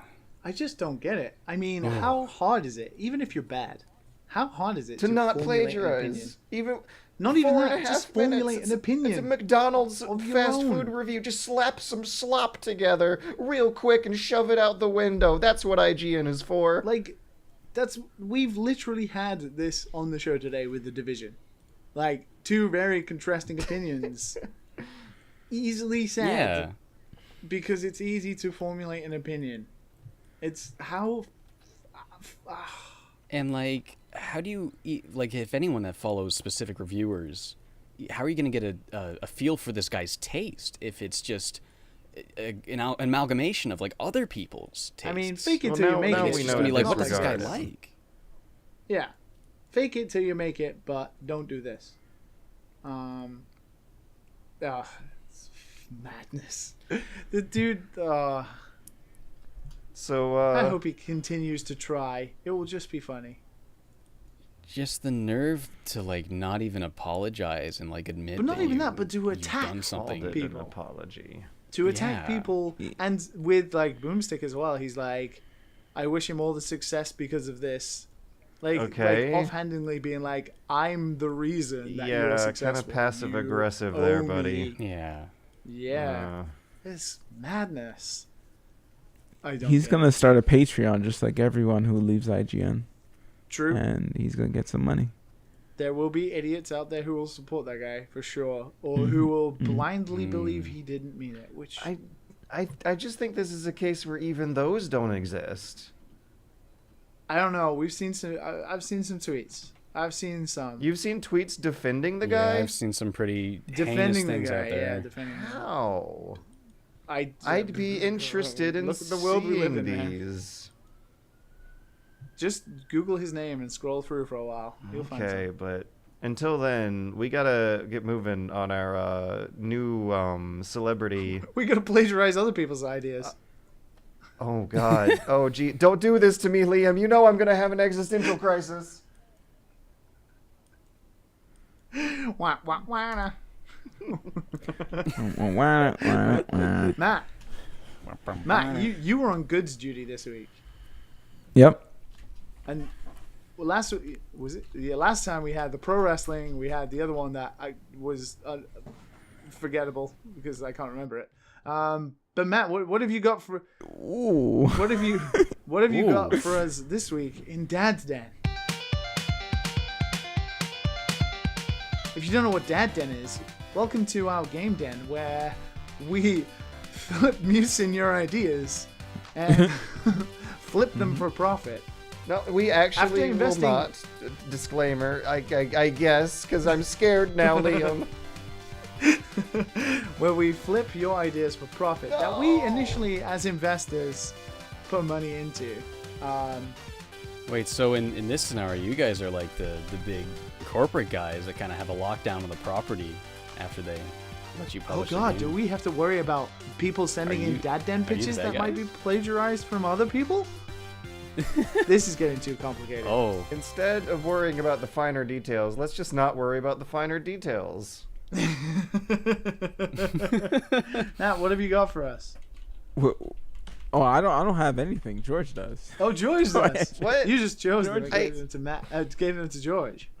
I just chose them. Oh my God! Enjoy. So this is a mobile game called Angry Bears, submitted by Trevor Rao. It's meant to capitalize on the success of Angry Birds in Plant vs. Zombies. It's a game where you have to use a slingshot via Angry Birds to place your towers Plagiarism. on a grid-based map like PvZ. Plagiarism. You have to protect your base and your babies from the oncoming hordes. Oh no, babies! We have babies we gotta oh jeez. Babies of what? Babies or babies of bears? Cubs?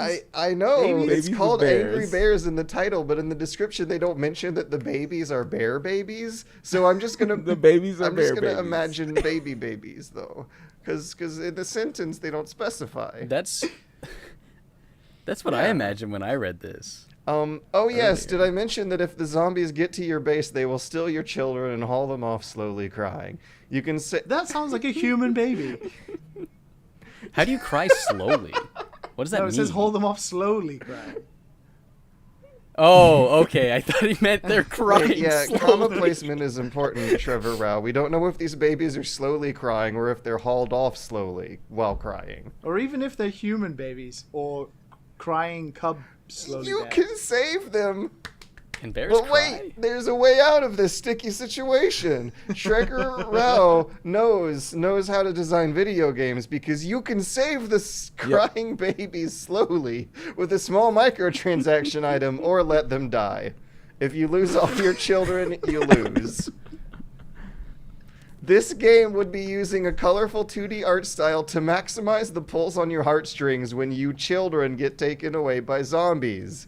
If you, Sounds I like a feel like he's Rant missed song. something here. If we used photorealistic children Yeah. that gruesomely get clawed away by zombies. Yeah, I think that was like a design decision.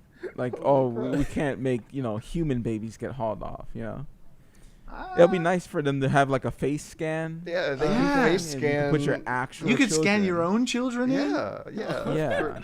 Oh, don't take Jimmy. Please take Take Timmy instead. Or Bill. Take Bill. Or the opposite. Please take my children. That's how you find out who your favorites Definitely. Yeah. The ones you're willing to spend microtransaction money on. So yeah, speaking of Or let which, the bears come in and take your kids. I am going to read verbatim with no embellishment the next few sentences. The possibilities for monetization, gameplay, are endless. That's not the only way you can monetize off your players. In this PvZ meets Angry Birds game, we'll have multiplayer with pay-to-win options in it so you can steal other people's children and save your own. Misplaced a tower when trying to slingshot it where you wanted. Well, down worry we charge for that too. All this can be yours for the low, low price of $200,000. I'm in. Yeah, I'm in, man. I think this is a good return on this one. I was thinking like this seems like a good moneymaker, honestly. Man, in if a you way. can face scan those babies, I'm in. Holy. Yeah, face scan. Yeah. There are children I truly hate. That I would. Face scan the ones you don't like and then just I let can't them get believe carried what I'm off. Yeah. seeing here. Oh my god, it gets so much Wait, there is- better. We can make a microtransaction for you get to choose which baby gets hauled off. Yeah. There is an addendum to Yeah, this, there's an George. I think epilogue. There's an epilogue Yeah. to this. Hey, in all serious, this was something my CEO came in from vacation halfway into development and wanted to change the whole game to this. I had to spend 2 days talking him down from this idea. The price is probably what it cost the company to make the game, as I made it with primarily interns that were unpaid for at least part of it. Oh my god. And most of us that were paid practically nothing. It took about a year to make. I'll link you to 2 videos of the final product as the CEO took down the game because he thought it would hurt sales if the brand had... Oh my god! So saucy, dude. Oh, there's gameplay. I can see this. This is the first time someone's really, truly gone ahead. Holy shit. Wow. Okay, these videos are from 2014, so we're not exactly breaking news here, but ooh, it almost felt like we were. Hey, it's got 118 views. I don't think anyone would notice if we stole this idea. I can't believe there's a CEO out there who doesn't know enough about games to be like, I'm pretty sure we can afford to charge people $200,000 for this game. Well, I'm assuming that was the production budget. Are you looking at the things that you're trying to defend yourself from? Like those look like things I'd rather save than the things in the Where's bear. the crying baby? You should listen to the audio too. I mean, he's fully given us like free reign to talk about this. We have to link this shit to people, whether or not this guy still works for that company or I not. guess. Wow. I mean, he's willing to risk his job for this wonderful dad den submission. I mean, it is all worth it once it gets to the dad's den. What a twist! make- What a turn! How Oh my god! how can we get? the How do we top the this? little light bulbs that hug the bears? Yeah, that That's- suck energy from the bears. That's adorable. And then you use that energy to put more turrets down. That's adorable. Okay. The second video's got a PvP gameplay. Yeah. Oh my god. Wait, what? Wait, he's killing the bears with the turrets. I'm confused. I thought we were... No, That's like I the said, those are zombies. things you're protecting Wait, yourself so from. he's Yeah. this aggressive angry bear, and then he's Angry killing... Bears. The game is called Angry Bears. I want to save the cute bears. Yeah, I was going to say, this is adorable watching them hug these little light bulbs. They're The second video has unicorns, like pink unicorns running at you. yeah, those don't get attached to light bulbs. Those will is break I don't the know light if I can bulbs. wrap my head around this convoluted game logic. The unicorns break the light bulbs, George. And also, like, this game is far too easy. I mean, he's got fucking 14 turrets down. So I don't think the decision Well- is up to us anymore. If the idea was already rejected internally within the company, then No, just get us in touch with the CEO. okay. Like, Yeah, let's do that. Let's what's do his name? that. Trevor, send the CEO's email our way. We'll take it from here. We I don't know about your game, No, they but took the we know game about the down. CEO. We know we like that CEO. We give that CEO our 200,000, right? So, Yeah. what about you, James? Are you in?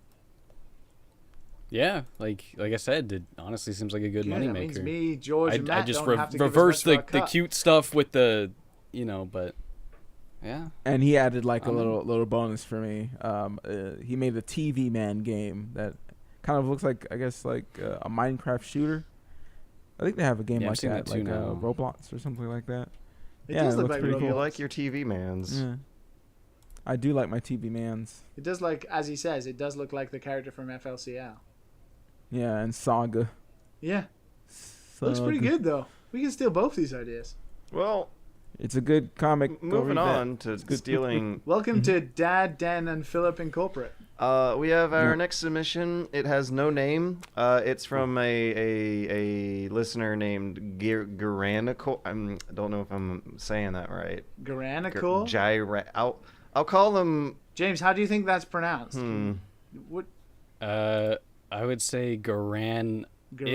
Ichor, like with an Garanicor? ICH, like a sticky ichor. Garanical. Well, Maybe. Granicor Maybe. Okay. has had this Maybe. idea for a 3D mascot platformer ever since they were a kid and played Mario and Luigi Superstar Saga. The part where Mario drinks a bunch of water and Luigi hits him with a hammer to squirt it back out. You'd take control of a balloon animal character, and you would be able to fill yourself with different fluids that would give you different Yummy. abilities. The rule I 34 love of the this way is he delightful. worded that. Okay, Yeah. okay. Uh, Fill yourself with As well as changing the physics of the character. Okay. Obvious examples include filling yourself with helium to float, but I've had other ideas like gasoline to light fires, but being Instead of a balloon, what kind of balloon is this? filled with a Balloon heavy animal. liquid. Yeah, I no, guess. not the. I don't care what the shape is. I mean, what kind of fucking balloon material is this? I don't know. Being filled with a heavy liquid would also change how you Uh, move somewhat, so perhaps you could sink underwater. Okay. Cement. I like it. In which case, I guess you're more of a rock than a balloon. You're just a fun, comically spherical rock. You can untie the knot and unsheath your skin. Oh, gross. I feel like there's actually a lot of opportunities here for fun innuendos and double entendres. I in like this the game. idea of filling yourself with stuff. And unsheathing yourself Mm. after. Don't cut that quote All out, right. please. Like Mm. Yoshi and Mario Galaxy too, when you fill them That's with true. helium. Yeah, like that, I Obstacles guess. would mostly consist of spiky things that would pop your character since they're a balloon, which is good visual design. Unless it's a balloon made of cement. I guess, yeah, then you have to determine how small the spikes can be. Because have you ever, like, rubbed your fingers across cement? Yeah, It feels I guess. spiky, but, like, on a smaller scale. Anyways. Movement would involve mostly bouncing. I think...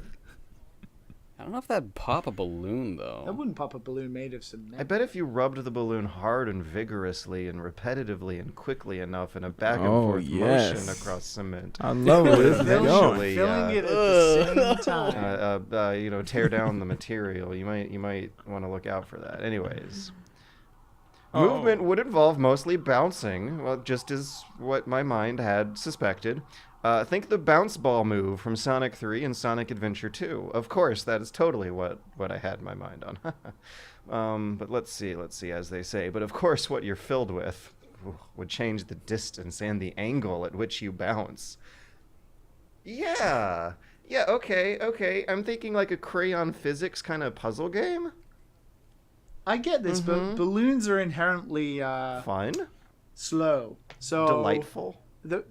No, so one of the things is the disconnect between the fact that as a human being, a balloon is inherently slow.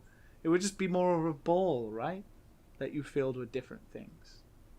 I guess so, yeah. Because a balloon would automatically convince you it's very slow. It'd be jarring to see a balloon bouncing around everywhere. Unless it bounces around slowly and you have to time jumps and stuff. But when I'm thinking Sonic 3 and Sonic Adventure 2, I'm thinking that's pretty fast. Maybe like a rubber tire for the characters. And there's a Just movie fill you that could time. license and tie it in with too. Ugh, You could can make inflate Rubber the tires video game. there. okay. He has to have a voice now. He has to have anthropomorphic features. What if like he fills himself with helium, then he's got the high pitch voice when he has Yeah, that? and if you fill him with cement, he doesn't talk at all. He just sinks to the ground. Is there one where he goes through a crack house and he like snorts some cocaine inside himself? Or some like, yeah. I want some of that. And he gets high and the world gets high. Touch fuzzy, get You know, dizzy. you can't see where you... Yeah. The game would have cel-shaded art style. Very cartoony and akin to the Wind Waker or A Hat in Time. Beautiful. Yes. I'm down with that. But with just animal characters. Okay, so So you're going to go to that part of the Patreon to find your artist.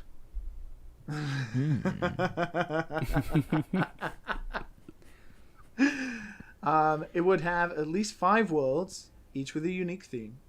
Starting with the obvious carnival theme, filled with You got to balloons, be careful. bouncy castles, and other Got to fun be things. careful with carnivals. It's very, very easy to unintentionally make a horror game. Oh, Or yeah. a game with certain carny. I mean, I'm thinking of carnivals and video games, and you're right. I'm only thinking There's of not horror that games. many like fun ones. Silent Like 3. even in like the kid-friendly games like Psychonauts, carnivals are a scary place you don't want to be. Yeah. Well, that's why you'd want to finish it as fast as possible with your super fast balloon. Others would include a gigantic grocery store having you bounce off the uniquely shaped items on the shelves. Boxes of cereal, Suck the milk buckets, out. CD players that you could pop open the tray to Wow. fling you. I heard One that. puzzle would involve plugging into a fan to blow you Oh into my the air. I god, like it. plugging in to blow. So- Oof. I'm sweating. I suppose it's like the size And of the a motion balloon animal. that then? counts. More Like a than the clown size just of the made a balloon animal. Right. Yeah, I know. I Maybe. know where you. I hope you guys enjoy the idea. Love the podcast. It's my favorite right now, just in front of the giant bombcast. Ha! Fuck you, Jeff Kurtzman. Much love, guys.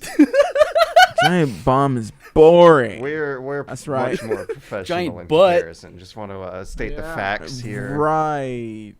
We Oh, have for sure. I don't know what this guy's We need a thinking. name for this. More like I love Fill Jeff Me Up. Kurtzman, by the Even way. bigger bomb. Should we rename? Disclaimer. Wait, yeah. Fill Me this Up. Doesn't I have, vote for Fill Me Up. Up. Fill Me Up. Yeah, I like it. yeah. Oh God. I don't know. When you think about it a Fill little me, further. fill me up and blow me. Fill me up. Fill me up and blow me. Blow Me would be yeah. a good title for the game. There's no title here. I don't. And I don't know think. if, I'm not like, seeing one. Blow me. I'm also is not really, seeing a like, budget triggering the either. like intense shivering that. No. Fill me up and blow me. And we Oh. can get Jonathan Blow to be a guest. Getting a rubber? No. What if there was I'm thinking a thing similar to Flood from Mario Sunshine, where like you got a meter of how much air is left in your balloon, and you can use that to like what's the word I'm looking for when you air comes out of you and Plagiarism? that propels you. Plagiarism versus zombies? We could call it Getting Hard and Going Soft. I was imagining a kid-friendly game like But you mentioned Sly Cooper. There's so Wind many Waker. opportunities for dirty jokes here. Like there's so many. You Yeah. have to capitalize Yeah, on them. I mean, whoever wrote this put in the words, fill yourself with different fluids. I mean, the amount of times that blow shows up in this description is only one, but I felt like it was more when I was reading. I feel like it's a slight fraudulent slip, maybe. Or a fraudulent. subconscious- A fraudulent strip? What? James, are you dying? Oh my god. I'm imagining like the triple X video store level with like the blow up sex dolls and whatever. The sex doll enemies. Because they mentioned a grocery store. Yeah, So, I mean, a sex shop, that's the a logical grocery next shop. step. Get the sex back shop room. can be the try and final blow yourself level. up. You have to try The and blow tire's yourself gonna up roll through a towards sex the. shop. You have to. You have to dodge the dildos to make sure it doesn't go inside mean, your before hole. they pop. Like they're swinging like axes, and you gotta avoid them or they'll bonk You're you in the off the sex shop level. and you have to like stealth your way around by hiding yourself in packs of condoms and stuff like that. Oh no! Condoms. You blow up the condoms. You gotta fill That the would up be with like, milk. oh my that's god, okay. that would be Ew. amazing. You know, like in MGS5 where Snake can have like Yeah, Lena, you love know, filling like condoms with MGS5 fluids. where Snake can It's- release yeah. decoys of himself. You can have like condom decoys. Oh. Oh my distract the god! enemies. Holy Well, shit! when you put it sounded that way, not like what Yeah, you that's wanted it kinda- to, which still wasn't that I'm good to liking start this with. game. Used condom decoys. Oh, dude, Liam. Oh, no, okay, Liam, we I don't gotta wanna- I don't- move on. That Why are had you been filled with I don't know what snakes. kind of I don't know what like- sex shop I don't know what sex shop you're getting used condoms at. Hey, dude, I'm not the one who wrote this description. It's not a second-hand store. You don't get condoms in a pawn shop. No, say that again, Liam, so the audience could know. I said I'm not the one who wrote this. I think if we could speak to the creator of this submission right now, a lot of things Might would be become in this podcast. a lot clearer. Oh, wait a second. We have him with us. What a twist. Uh-oh. The alias. It was of me. Garen I The can't Agor. whole believe time we I topped wrote the this twist. idea. This is a Nitro Rant special. Oh my god. So we invited James on a podcast without even knowing this. And then he stupidly let slip that he wrote a Dad Den submission and sent yeah. it to us a couple of weeks ago. Leo mentioned Dad Den. I was like, yeah, I actually made one of those. And Liam's like, oh, well, which one was it? I was like, oh. And I found that motherfucker straight away. So James, first of all, dude, you haven't got a title for this, which brought great joy for us making one. But getting hard and Yeah. going soft. Tell us why what your thought process was for this Dad Den submission. Well, my favorite platformers are always the ones that have a big focus on like character physics. Like Mario 64 kind of pioneered that with moves like the dive, where you can overshoot stuff with a dive. It's not like a lot of games where you just have a double jump that cancels your momentum.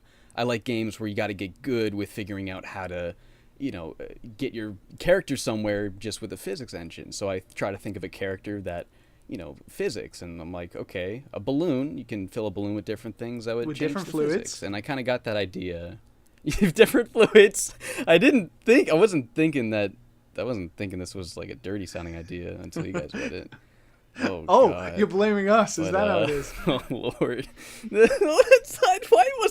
I was thinking of like a Sly Cooper game. I wasn't thinking of like triple X Balloons make platformer. What is the animal that uses the balloon? Is it like a long snake or? Oh, I don't know. I just figured like a balloon animal, like like a clown makes you a balloon animal. potential That's for what I gross pictured. out. Where's the Give me hole anything. for this balloon animal?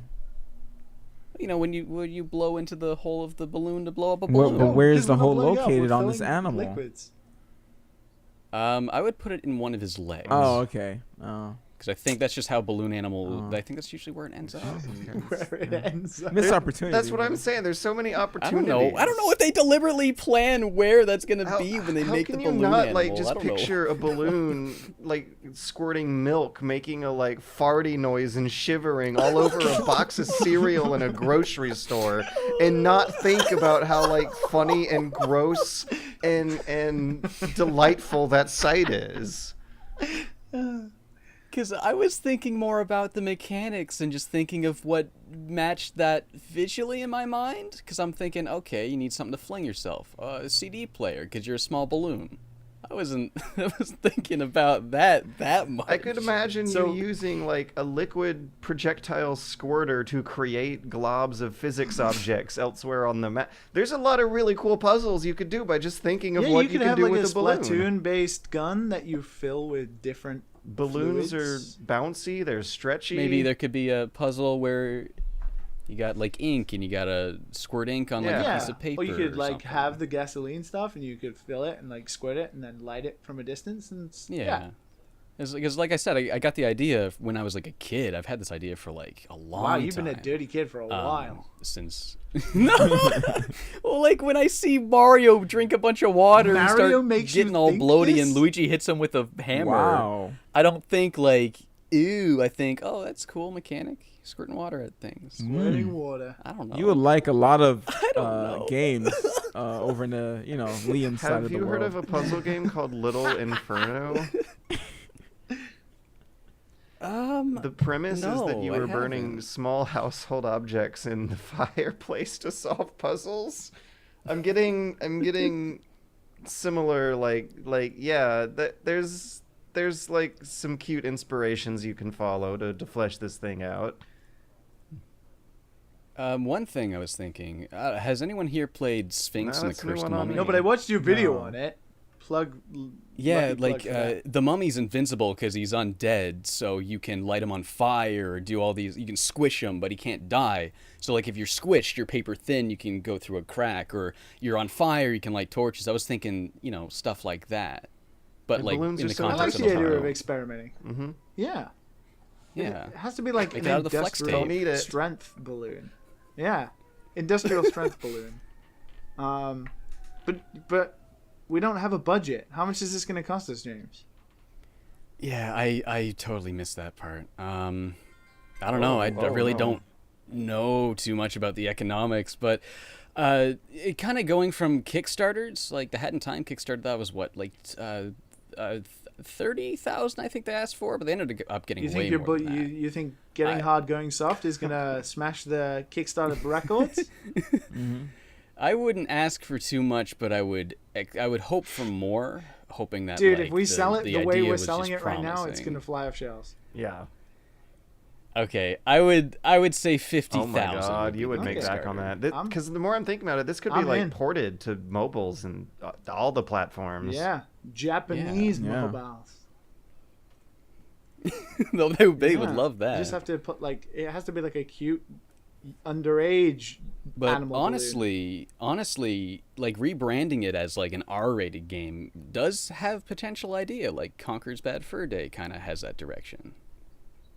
I mean, it limits That's the an audience, interesting so I'm point. thinking I that the didn't really best think route of would that still be way. like PG-13 level winky innuendo. SpongeBob yeah, jokes. yeah.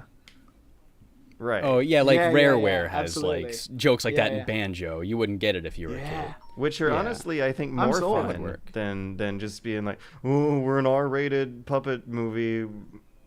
Yeah. Yeah, That's you know, Yeah, like easy. having those Yeah. Banjo Kazooie like animals that are like, "Wop, wop, wop, wop, wop, wop," but the text is like, fill your balloon with different fluids, and Yeah, that would make people mean, giggle harder yeah, than like- if it was I mean, more the, like, explicit with Yeah. the rating boards Right. can't Like do I said, shit. It's just it- text. It didn't sound dirty when I wrote it. It wasn't until I heard someone else say it out loud that I was like, "Oh no!" So Matt, are you in? Oh, I'm in. Oh I'm yeah, in. baby, you're in all the way. That Oh, balloon is God. wrapped hard around you. Filling it with Oh, Jesus That's Oh my Christ. lord! As we speak, George. Yeah, I guess. You guess? You He ever just watch doesn't want a Hunter x second- Hunter? Yes, I do. I love it. Ahsoka? I Yeah. think that's how you say that? yeah, he's so There good. needs to be a character like that trying to chase a balloon. Gone. Balloon. If you've never balloon. seen it, it's like this character that's just constantly getting like aroused because he's fighting the Yeah. main character. Yeah, he's like, oh, the power of the other character, who happens Yeah. to be a 10-year-old boy. But Hisoka is a fucking badass. You should, yeah. Oh, I'm in as well. It's just whatever I James, think of, like, you done it. filling myself. You're just worried that you're gonna fill something that Matt's already used, aren't you? That's what you're worried about. Yeah, fill it with that I Matt have musk. been to your house quite a bit. God. That's the cologne I use. Matt Musk. Remember when I said I was using the restroom? I don't know. Check That could check be your another George thing, socks. like enter the restroom of like a store and fill yourself with the water from the tap. You know, wrap the whatever the entry to the balloon is around there's an the. orifice. Oh god. Oh, look, I'm in the grocery store. Oh, there's an eggplant. Oh. Let's wrap myself right around that baby. Well, you did it, James. You got the funding to make your sexual balloon game a... Right on. I'm glad to hear that. I'm glad you guys liked my idea. And just like...